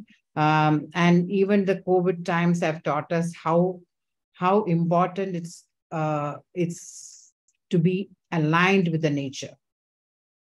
As an artist, I feel, you need to be aligned with energy, nature, all that things. Yes, I do practice as an artist, but as a human being towards the future of this whole civilization, I started thinking Violeta after meeting. I am heading arts leadership, and I feel art is not just an expression or a passion, and it has actually defines, influences societies and civilization, and it has binded them. I know it is one thing which has been connecting beyond borders when it comes to culture and art. So if you see, when we talk about civilization, art is an equal important part, which has been transferring the knowledge of one civilization to another civilization through art and culture. That is what it has sustained. The sustainability of civilizations has come up, I think it's through art. That's the medium which has been expressed. So I don't want to, because after seeing your presentations and all that things, I really don't have anything much to say that other than one thing. Next year, the Year of Water, I'll be involved with you on every presentations or every section of yours, connecting art to that particular subject of that time. And even from India, being an Indian, art is part of our, daily routine, and water, when it comes to water, it is part of our culture very, very strongly. We see them as goddesses. Any river we see them as goddesses. We respect them. All our rituals are based on that. Everything is connected with water. That means that has an energy. That is why we are again and again connecting with them. Be the birth, be the death, we are always connected to water. So I'll be 100% be part of, not me as a person, as G100 art leadership completely in whatever way we can. We'll be collaborating with you with full heart to take this to different dimensions. And thank you so much, Violeta, for adding me to everything that you do. And I'm really thankful for that. Thank you, Beena, and I'm very much looking forward to see the art community engaging in the Year of Water, which we will speak about it a bit later, as in parallel events, and we'll see how that will stream together into a big river of knowledge and higher level of awareness. Thank you, Beena, a lot. And I think Mar is no longer with us, so we'll continue. Stefan had to finish his class. I'd just like to bring an attention to one more subject very quickly, because Tina cannot be with us today. But Sonja already mentioned that there's been in parallel all the time the podcasts going on, and they are an incredible treasure of thoughts that have been collected over time. So this is now the second year in running. And I'm very grateful to Tina that she's doing this, and thank you to all of you who have already participated, and thank you to all of you who will be participating in the future, being asked to join and share your thoughts. So thanks a lot, and you can see all the podcasts on our webpage or on the podcasts of Spotify, and I think Apple as well. So I cannot but mention also student projects. It happened when Simran, from one of the students that I met at Ramit's Global Open House event, approached me and said, look, I want to do something for Ecocivilisation. I want to be the first student researcher, volunteer. Would you accept my proposal? I said, wow, of course. And she delivered this incredible project on plastic and circular economy in India. And I'm happy to say that we also encourage her at least a little bit, along with all the friends and mentors in India, that she made the next important step. Now she's studying her master's degree in the Netherlands, continuing her really in-depth understanding, especially from the legal point of view, of all modern trends. And it's a real delight to welcome the next student researcher in our community. She approached us in a similar way through his mentor, Alexander, and immediately proposed a very important topic as well. And because she's with us here, Cosima, I invite you to share with us First of all, the motivation, and secondly, what will be the topic all about? Welcome. Thank you. Thank you so much, Violeta. And yeah, so wonderful to be with all of you here. So I'm Cosima. I'm 21 years old and I'm currently studying in the Netherlands. I'm originally from Switzerland and now I'm part of the student research program of Ecocivilisation. And I'm also the country chair for the Switzerland wing. So I have chosen to look into the eco-social sense of belonging because through my own life experience, I have discovered a very deep meaning in feeling connected to myself, other humans, and also the larger web of life. And I'm opening myself up to the wisdom that wants to flow through me when I really feel that I belong. And this has helped me so much in my healing journey and feeling of safety in myself and in the world. And I see trust and the feeling of belonging is so crucial for transformational change and emergence because we all carry a whole universe of experience inside of us that is yearning to be felt and seen, and in which we can ask the difficult questions and find truthful and long-lasting answers. So the research on the eco-social sense of belonging I'm doing with Ecocivilisation is going to legitimize more awareness and meaningful conversations on this important topic. So opening up the space for the topic to be brought to the light. And I want to explore questions such as how important is the sense of belonging, and how are we all the same, but also how are we different, and what are the deeper layers of this sense of belonging, and with which other topics is the sense of belonging interconnected, and what are the implications of these connections, and what are the potential ways to foster a deeper sense of belonging in communities such as Ecocivilisation. So yeah, this is what my research topic is about, and it has been such a pleasure to connect with people from Ecocivilisation and to hear really personal and meaningful stories on what this belonging means to people.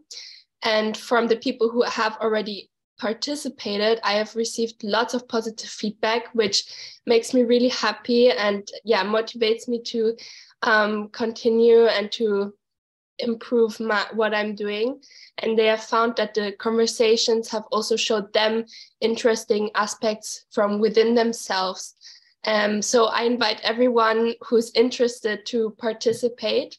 So I will send a link which you can use to schedule a meeting with me in the chat. And I really want to deeply thank Violeta, Alexander, Delphina, Daisy May, and Donna for their support on my journey and including me in this wonderful community. And I also want to thank everyone else for sharing this thriving and love-filled experience with each other.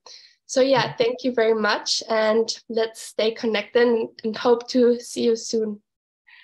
Thank you very much, Cosima, for this great presentation or just reflection. And allow me at this point also thanks Alexander and Delphina, our Ecocivilisation wing for Argentina, for helping you along with my small contribution to really co-shape the content that we can all use later on and build our future decisions on.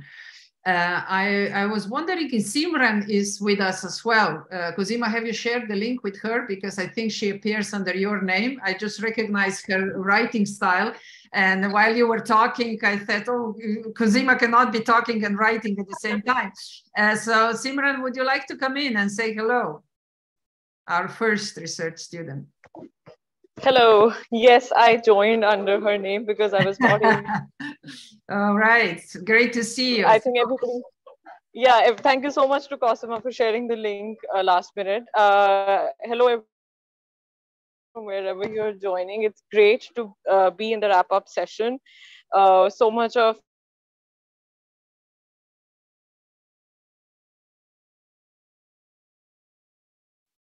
Simran, we're losing you maybe because you move. So if you reconnect, we'll give you a chance again. But for now, thanks, Cosima, again. Alexander, thank you very much. And we are almost at the end, so almost there. I would really like to just acknowledge also two incredible people who are behind the scene, and we usually don't see them, but we hear them, we feel them. Stasha Clement, who coordinates all the Wings actions and with you over email. She is also responsible for maintaining our webpage up to date. And Natasha Champel, who's with us currently, even though she has a bit of a flu, but she said, no, I'm not going to miss this event. So she's with us, and we have to be very grateful to her and her dedication that all our social media works as good as it does. And we briefly checked, and this year there were over 350 different messages published on LinkedIn, Facebook, YouTube, and Twitter. So Natasha, thanks a lot, and I hope you will continue to co-create with us for many years to come. And all the best. Get well soon. Thank you. It's a pleasure to work for you and with you. Thanks, Natasha. And now we have a special guest, which I just yesterday evening learned that he will be able to join us. And Thomas Legrand was one of those people who came into my life and into the circle of eco-civilization like a shooting star, and here he is. He constantly connects with us, and we started a process of co-creation, and I know that in the future this will be an important connection and important collaborative framework. So Thomas, it's really great to have you here, and the word is yours. Please share some of your thoughts with us as well.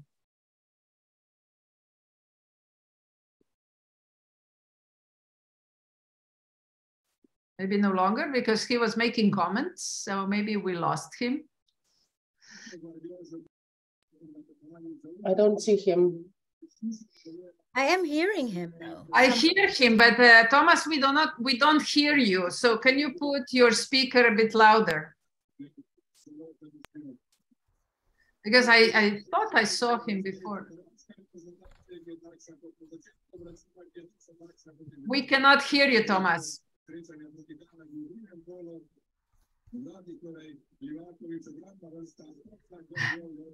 Okay, he doesn't know that we don't hear him. So Thomas, if you hear us, we cannot hear you. You speak somewhere very far away. We can hear the noise, but we cannot recognize the words. So if there is anything that you can do to improve your sound.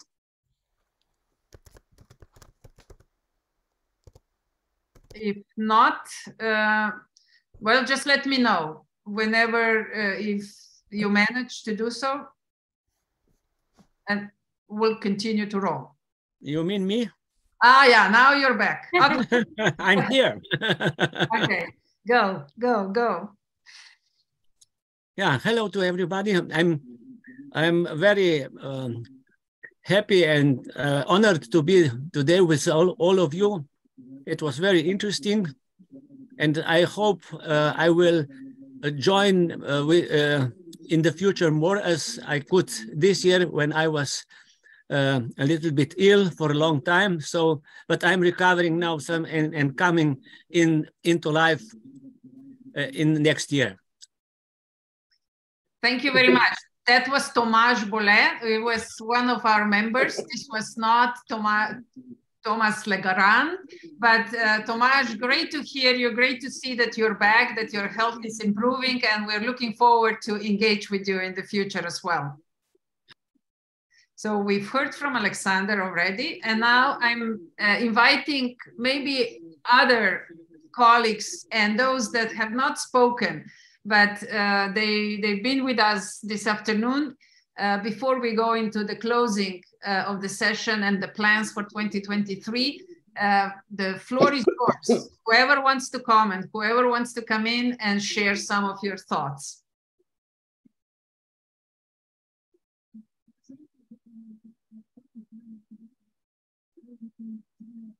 Anyone? Hi, Violeta. Oh, Donna, hello. You were very active in the chat, so please go ahead, Donna. In the chat, I'm not sure how to. I am here, although you can't see me for some reason. I'm trying to think why my video doesn't show. But hey, okay, I'm accepting.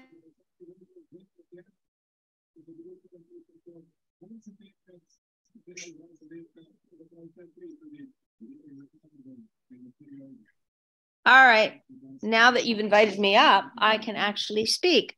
I have been active in the chat and really just to say there's lots of wonderful things going on and some very determined spirit. And that spirit is so important. There's times that I know that spirit can flag. So it's really good when we are reminded that we are not alone. And then I have been putting some things in the chat and had lots of conversations over the years, feels like years already, Violeta and with some of you here, about ways that we can build on what we're all doing in very practical ways on the ground locally and connect us more across different regions. And so that's why I did share. I don't know if people can keep the chat, but it's why I did share some information about the work that we as collaborators at Institution are involved in. And we are in Incorporated Commons. So we keep saying you are also Institution. So we are Ecocivilisation and we are and you are Institution. And there will be potentially all kinds of ways that we can engage, taking and building on work you're already doing to galvanize a bit more citizen empowered impact across society. Because what we're recognizing more and more is that while some of us are gathering here in events and networks and in programs, there's 8 billion people on planet Earth roughly, and so many are still not on the journey. So what we're all about is looking for ways to widen those circles through collaborative impact coalitions, collaborative impact learning exchange, and collaborative research. And I think one of the big learnings for many of us is that we need to learn how to collaborate in a variety of ways and some new ways. And one of the things that I've been saying lately just sort of struck me is, you know how the Inuits have 47 different names for snow. And it's very practical and very real in their lives to understand all the different qualities of snow. Well, I've been wondering about whether we need to understand this thing called collaboration, maybe not 47 different ways, but in its various nuanced ways through the different stages, because we also know all of the fragility of collaboration, the competition that moves in, the lack of resources and the lack of funds, all the things that cause good intentions to kind of fizzle out and not land and not actually deliver real impact in society. So we're focusing solely on this thing called collaboration as a way to bring more of these things together, not to compete, not to say, do this instead of that, but to really unpack and understand the learning exchange. How does learning exchange truly occur in order for collaboration to occur? Because without learning exchange, it's pretty hard to collaborate.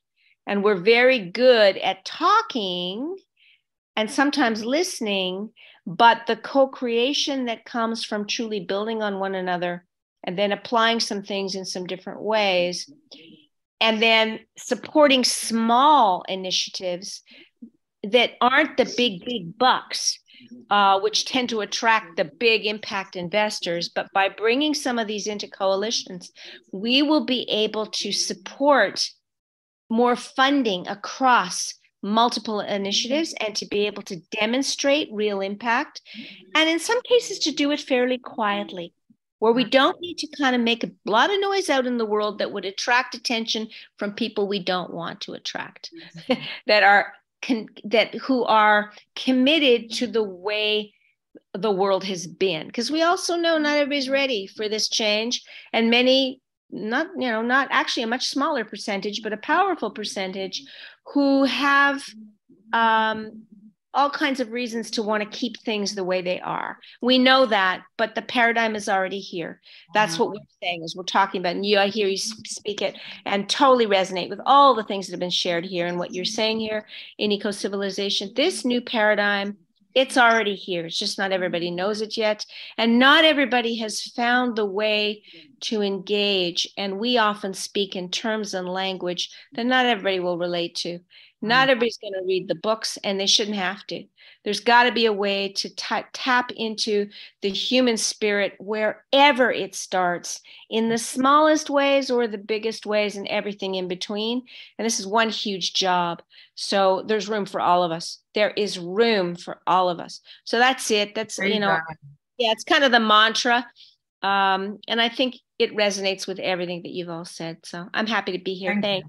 Thank you, Donna. That's why we love to have you in the circle, that you can put the words in such a beautiful way that we are all invited to join and collaborate further. So thank you very much, Donna. Anybody else would like to come in? Any other comments? We've heard from Tomasz, Donna.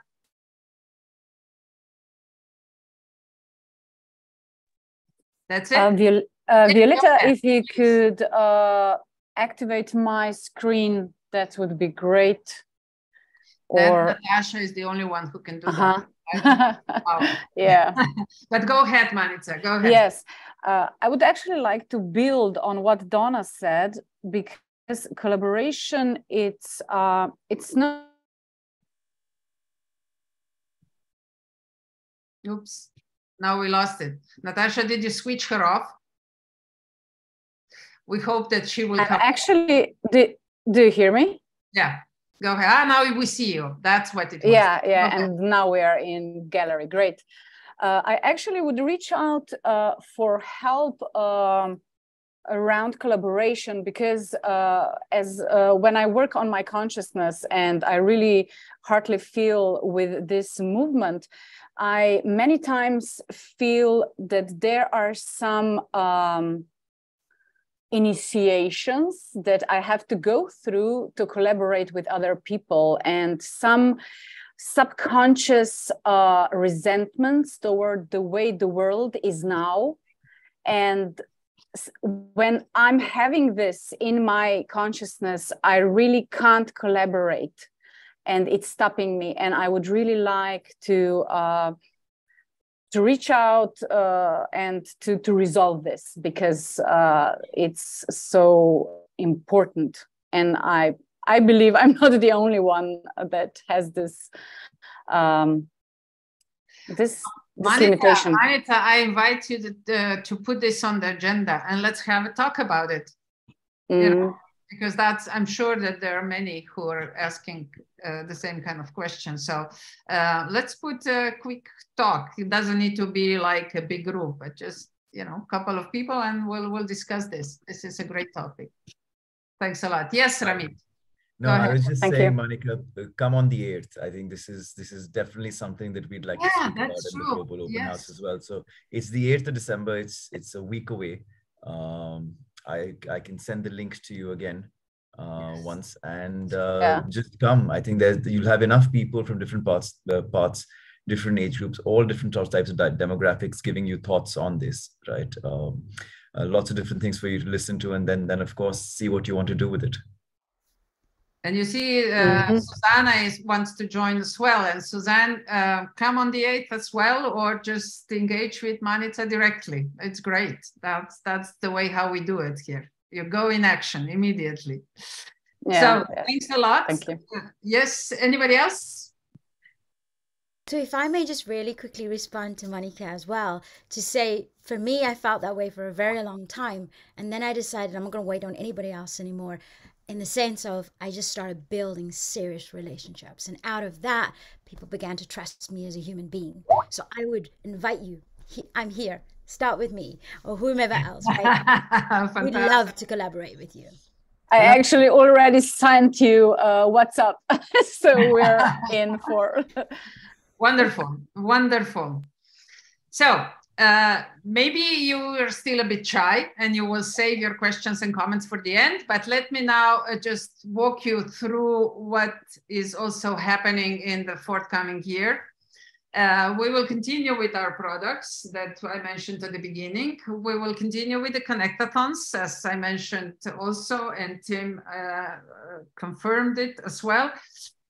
We have 2 books happening. One is Ancient Future Wisdoms, Volume 1, which will bring together results of 3 connectathons and some additional events that will be taking place in parallel. And what is probably the most exciting new product that we are launching is the Year of Water. I was a bit rude interrupting Rajni when she already started talking about it, but I really wanted to save it for the end. And it really was first an idea of Nini and Rajni and myself.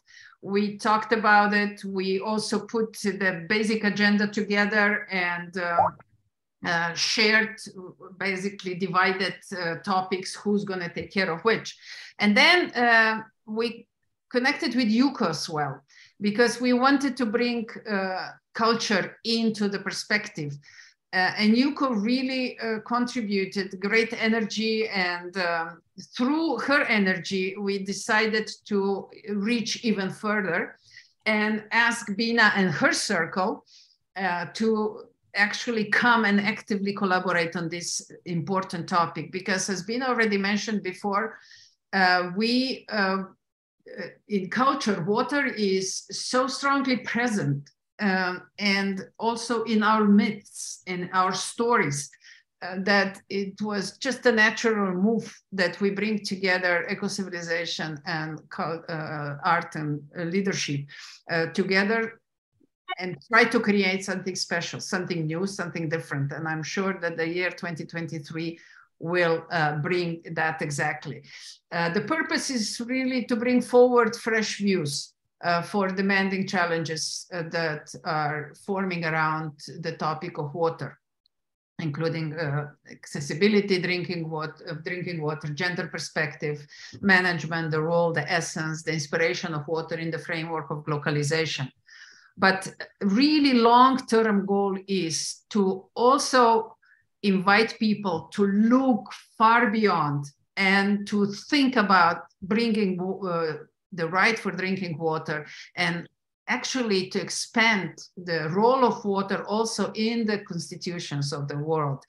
And Slovenia has done it. We put a little piece of that already in our constitution. We're probably the first country in the world, but we'd like to see that everywhere, because it is one of the essential elements of life.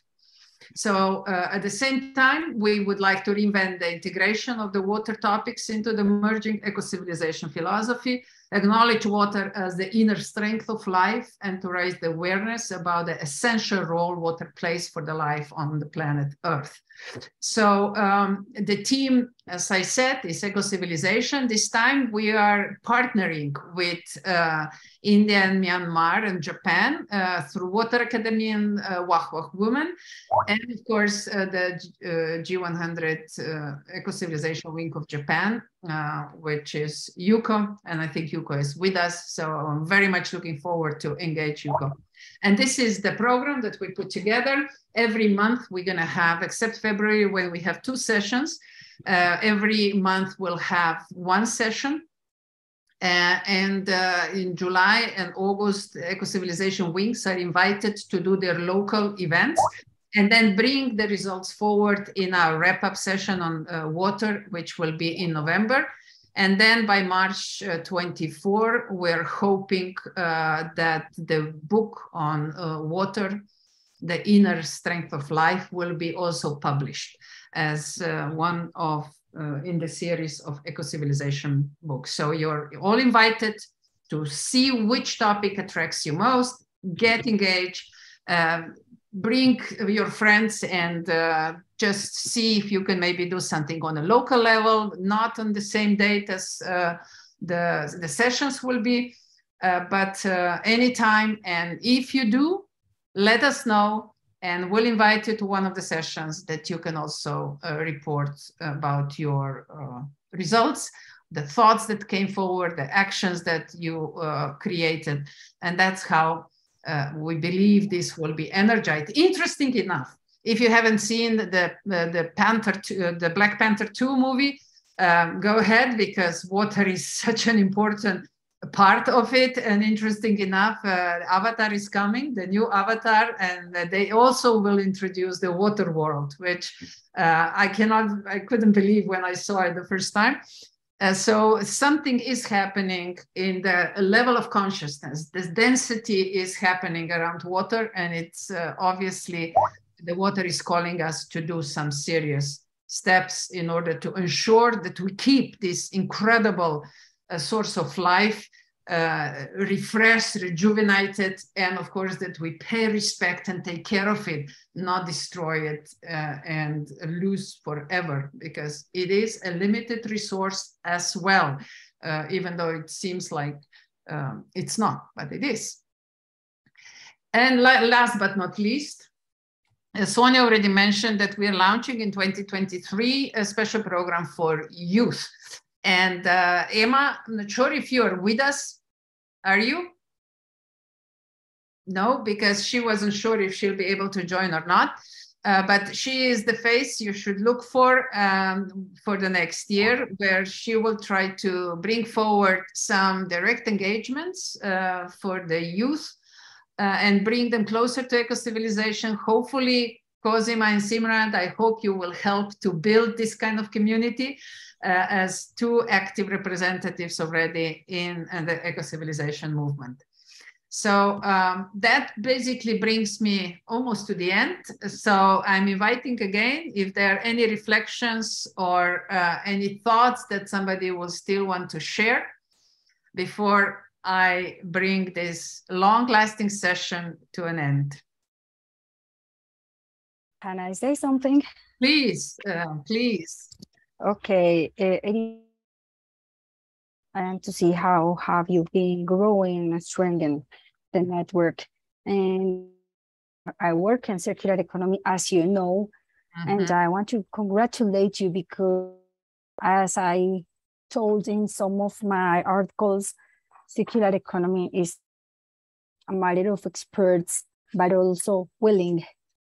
So driving, enjoying many people together, working around, and I think your passion, it's been really, it's invaluable, because we need to inspire people and to show that it is possible to advance and to work together. So I just want to congratulate you. You know how I admire you, girls. Great to see you today, and have a wonderful day. Thank you very much. And I really, really hope we'll see you engaging with us in next year. Your contribution is really valuable. And I know that this written from your side will mean a lot to the entire community. So thanks for your voice as well. I'm here for you. Thank you. Anybody else? Well, I just want to thank you so much, Violeta, for this great gathering, inspiring to listen to all the experiences that you have brought forward to this past year and what you are going to do. And very much looking forward to engage with all of you from Spain. Very much looking forward to collaborate between Circular Economy Win and Ecocivilisation. And just words of best luck for all of you. Thank you so much. Sandra, thank you, because you and Rajni really cooperated well and cross-connected, and that was, I forgot to mention, I'm sorry, that was another G100 wing that we developed very close relationship with, thanks to you and Maria as well. So I'm very glad for that, and thanks for your participation in our discussions as well. So this is a great potential for the future too. So I'm sure Rajni will come up with something to keep you in the circle and to keep you alert and active. So, and with Maria being the ambassador for Americas, I think this topic will not die. So I'm looking forward to really cross-connect and continue to cross-connect with you, Sandra, as well. Thanks for coming and being here with us. Thank you to you very much. Bye-bye. Bye now. So at the end, there is always the end, right? And I know it's been a bit of a long session, but it's always good to acknowledge and to really become aware of the steps that were made, not to get the thrones and medals for it, but just to be aware what it takes to be able to make yet another step. So thank you really to all of the speakers, followers, co-creators, partners, to all of you who keep coming and supporting different ideas and different groups and projects. Thanks to all of you who are trying to cross-connect and bring more networks together and engage to create even a stronger field within which we feel safe and seen and embraced, and of course, invited to act. And this is something that we will continue to push for, from ideas to actions, from sort of dreams to concrete projects where we can learn from, and trust and this feel to be safe, to express and to propose and to stand up for your ideas and get a really helping hand from other colleagues. That doesn't mean we are not critical to each other, but it means that we can hear, we listen, and we reflect, and wherever we can, we support. And that is the spirit for the future. That is the spirit that will get us much further down the street of being a better human beings. And if Alexander was still here, he would say, it's time we learn how to human better. And yes, and that's the exciting part, that the path is not finished yet, that we are not at the end. Even if everything works well, we are still not at the end, because this beautiful spiral movement of life, we learn now from astrophysics, from quantum physics, that there is no circles. It's always a spiral. It's always a vibration that constantly reinvents itself. So that's why there is room for all these beautiful ideas to be manifested. And as many of you have pointed out, only together we can really do the future we want to live in. We can deliver it, we can feel it, we can enjoy it, and we can always rely on each other that there will be the next step. So thanks again to all of you, and see you soon, around one way or the other.